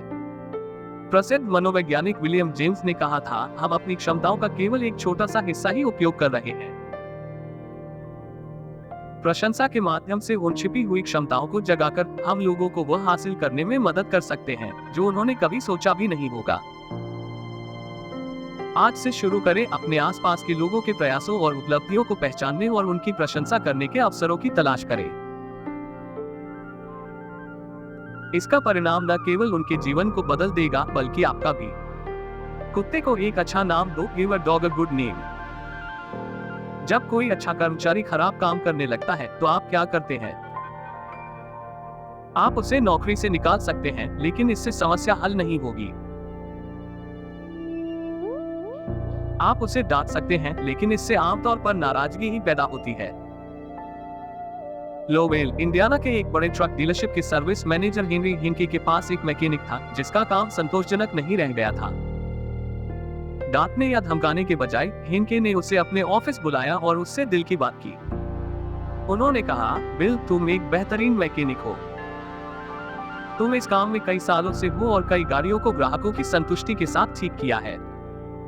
हमने कई बार तुम्हारे अच्छे काम के बारे में तारीफ भी सुनी है, लेकिन हाल के दिनों में तुम काम में ज्यादा समय लगा रहे हो और तुम्हारा काम तुम्हारे पुराने स्तर पर नहीं है। चूंकि तुम पहले एक उत्कृष्ट मैकेनिक रहे हो, मुझे यकीन है कि तुम इस स्थिति के बारे में जानना चाहोगे और शायद हम मिलकर इसका हल निकाल सके। बिल ने जवाब दिया कि उसे यह एहसास नहीं था कि वह अपने कर्तव्यों में कमी कर रहा है और उसने अपने बॉस को भरोसा दिलाया कि वह अपनी गुणवत्ता में सुधार करेगा। क्या उसने सुधार किया? आप यकीन मान सकते हैं कि किया। वह फिर से एक सटीक और संजीदा मैकेनिक बन गया। हेनके ने उसे जिस प्रतिष्ठा को निभाने के लिए प्रेरित किया, उसके कारण वह बेहतर प्रदर्शन करने के अलावा कुछ और कर ही नहीं सकता था। बाल्विन लोकोमोटिव वर्क्स के तत्कालीन अध्यक्ष सैमुअल वॉकलिन ने कहा, औसत व्यक्ति को आसानी से नेतृत्व किया जा सकता है यदि आप उसका सम्मान करते हैं और उसकी किसी न किसी योग्यता का आदर दिखाते हैं। अगर आप किसी व्यक्ति को किसी खास मामले में सुधारना चाहते हैं, तो ऐसे व्यवहार करें जैसे वह गुण पहले से ही उसकी विशेषताओं में से एक हो। शेक्सपियर ने कहा था, किसी गुण को अपनाओ चाहे तुम्हारे पास वह न हो। और यह अच्छा हो सकता है कि आप सार्वजनिक रूप से कहें कि दूसरे लोगों के पास वह गुण है जो आप उन्हें विकसित करना चाहते हैं। उन्हें एक शानदार प्रतिष्ठा दें जिसे वे बनाए रखें, और वे बहुत कोशिश करेंगे ताकि आप निराश न हो। सोवेनी इस किताब में लेखिका जॉर्जेट लेब्लांक एक विनम्र बेल्जियम महिला की हैरतअंगेज कहानी बताती है। मारिया नाम की एक लड़की होटल में काम करती थी और उसे लोग डिशवॉशर कहते थे। एक दिन जब वह भोजन परोस रही थी, लेब्लांक ने उससे कहा, मारिया, तुम्हारे अंदर अनगिनत खजाने हैं। मारिया ने इसे गंभीरता से लिया और उसके जीवन में एक बड़ा बदलाव आया। उसने अपनी देखभाल शुरू की और धीरे धीरे वह एक खूबसूरत और आत्मविश्वासी महिला बन गई। एक छोटे से सकारात्मक वाक्य ने उसका पूरा जीवन बदल दिया। यही सिद्धांत व्यापार और बिक्री में भी लागू होता है। बिल पाकर, एक खाद्य कंपनी का सेल्स प्रतिनिधि, एक प्रोडक्ट लाइन को बेचने में असफल हुआ, लेकिन जब उसने वापसी की और ग्राहक के खुले दिमाग और निर्णय बदलने की योग्यता की तारीफ की, तो ग्राहक ने उसके प्रोडक्ट्स को दोबारा देखने का फैसला किया। डॉक्टर मार्टिन फिट्जह्यूग, डबलिन, आयरलैंड के एक डेंटिस्ट, ने एक मरीज से फीडबैक मिलने के बाद सफाईकर्मी ब्रिजिट को डांटने के बजाय उसके अच्छे काम की सराहना की। अगले दिन क्लिनिक चमक रहा था। फिट्जह्यूग ने सिर्फ एक तारीफ के साथ उसे एक अच्छी प्रतिष्ठा दी थी और उसने अपनी मेहनत में पहले से भी अधिक सुधार किया। ब्रुकलिन की एक शिक्षक रूथ हॉपकिंस को एक बदनाम छात्र टॉमी के साथ काम करना था। उन्होंने उसकी बुरी छवि को नकारने के बजाय उसे एक नेता के रूप में पहचान दी और कहा कि वह इस कक्षा को बेहतरीन बनाने में मदद करेगा। टॉमी ने इस नई पहचान को अपनाया और उसकी व्यवहार में अद्भुत सुधार आया। सिर्फ एक सकारात्मक छवि ने उसकी पूरी मानसिकता बदल दी। अगर आप दूसरों का व्यवहार या दृष्टिकोण बदलना चाहते हैं, तो उन्हें एक सकारात्मक पहचान दें। उन्हें यह विश्वास दिलाएं कि वे उस पहचान के योग्य हैं और वे अपनी पूरी कोशिश करेंगे ताकि आप निराश न हो। चाहे वह कार्यस्थल हो, व्यक्तिगत जीवन हो या शिक्षा का क्षेत्र, ये सिद्धांत हर जगह काम करता है। गलती को सुधारना आसान बनाएं। गलतियां सुधारना सीखने और आगे बढ़ने का एक स्वाभाविक हिस्सा है, चाहे आप खुद कुछ नया सीख रहे हो या किसी और को बेहतर बनाने में मदद कर रहे हो। लेकिन ये बहुत महत्वपूर्ण है कि आप किस तरह से उस गलती को सुधारने की कोशिश करते हैं। अगर आप केवल गलतियों पर ध्यान देंगे तो सामने वाला हतोत्साहित हो सकता है। इसके बजाय प्रोत्साहन का उपयोग करके और समस्या को आसान बनाकर आप किसी को भी बेहतर बनने के लिए प्रेरित कर सकते हैं। एक उदाहरण लेते हैं। एक व्यक्ति जो 40 साल की उम्र में सगाई करता है और उसकी मंगेतर उसे नृत्य सीखने के लिए कहती है। उसने नृत्य के कुछ पुराने तौर तरीके सीख रखे थे और पहली नृत्य शिक्षिका ने उसकी सारी गलतियों पर ध्यान दिया और कहा कि उसे सब कुछ भूलकर फिर से शुरू करना होगा। इससे वह हतोत्साहित हो गया और उसने नृत्य सीखना छोड़ दिया। लेकिन जब उसने दूसरी शिक्षिका से सीखा तो चीजें बदल गई। नई शिक्षिका ने उसकी गलतियों पर ध्यान न देते हुए उसकी तारीफ की। उसने कहा, तुम्हारा नृत्य थोड़ा पुराना है लेकिन बुनियादी चीजें सही है। तुम्हें कुछ नए स्टेप्स सीखने में कोई दिक्कत नहीं होगी। उसने उसकी लय और नृत्य की स्वाभाविक समझ की तारीफ की। इससे व्यक्ति को प्रोत्साहन मिला और उसने सुधार करने की इच्छा जगाई, भले ही अंदर से वह जानता था कि वह उतना अच्छा नर्तक नहीं था। लेकिन उस प्रोत्साहन ने उसे हिम्मत दी। ऐसी ही कहानी है डेविड की, जो 15 साल का लड़का था और पढ़ाई में बहुत पिछड़ा हुआ था। उसके पिता क्लेरेंस एम जोन्स ने देखा कि डेविड आत्मविश्वास की कमी से जूझ रहा था, खासकर गणित में। एक कार दुर्घटना में माथे पर चोट लगने के बाद स्कूल प्रशासन ने उसे धीमे सीखने वालों की श्रेणी में डाल दिया था। लेकिन उसके पिता ने प्रोत्साहन का रास्ता चुना। उन्होंने डेविड के साथ गणित के बुनियादी सवालों पर काम किया और हर छोटी सफलता का जश्न मनाया। धीरे धीरे डेविड में सुधार आया और उसका आत्मविश्वास बढ़ा। उसने न केवल गणित में अच्छे अंक प्राप्त किए, बल्कि शहर के विज्ञान मेले में तृतीय पुरस्कार भी जीता। इससे ये साबित होता है कि थोड़ा सा प्रोत्साहन किसी के जीवन को पूरी तरह बदल सकता है। एक और उदाहरण पूल ब्रिज खेल का है। प्रसिद्ध पूल खिलाड़ी अली कुलबर्टसन ने अपने करियर की शुरुआत इस विश्वास से की कि उनमें इस खेल के लिए स्वाभाविक प्रतिभा है, क्योंकि एक युवा महिला ने उन्हें यही भरोसा दिलाया। उसने खेल को उनके लिए सरल बना दिया और उन्हें विश्वास दिलाया कि वे इसमें बहुत अच्छे हो सकते हैं। इस प्रोत्साहन ने कुलबर्टसन को दुनिया के सबसे महान पूल खिलाड़ियों में से एक बना दिया। इन कहानियों से यह स्पष्ट होता है कि अगर आप किसी व्यक्ति की गलतियों पर ध्यान केंद्रित करके उसे यह कहेंगे कि वह हर चीज गलत कर रहा है, तो उसका उत्साह खत्म हो जाएगा। लेकिन अगर आप उस व्यक्ति की सही बातों पर ध्यान देंगे और गलती को सुधारना आसान बताएंगे, तो वह आपके भरोसे पर खरा उतरने की पूरी कोशिश करेगा। लोगों को आपके कहे अनुसार कार्य करने के लिए प्रसन्न करना। लोगों से अपना काम करवाने का सबसे प्रभावी तरीका यह है कि उन्हें ऐसा महसूस कराएं कि वे जो कर रहे हैं उससे उन्हें खुशी मिलेगी। सीधे आदेश देने के बजाय इस बात पर ध्यान केंद्रित करें कि इससे उन्हें क्या लाभ होगा। जब लोग सम्मानित और मूल्यवान महसूस करते हैं, तो वे अधिक सहयोगी हो जाते हैं। कर्नल एडवर्ड एम हाउस ने इसका उदाहरण पेश किया जब उन्होंने विलियम जेनिंग्स ब्रांड को बड़े ही निपुण तरीके से बताया कि राष्ट्रपति वुड्रो विल्सन ने उन्हें यूरोप में शांति प्रतिनिधि के रूप में नहीं चुना। हाउस ने स्थिति को इस तरह से प्रस्तुत किया कि ब्रांड हालांकि निराश थे, फिर भी संतुष्ट हो गए। यह दर्शाता है कि किसी व्यक्ति की भावनाओं का ध्यान रखना कितना महत्वपूर्ण है।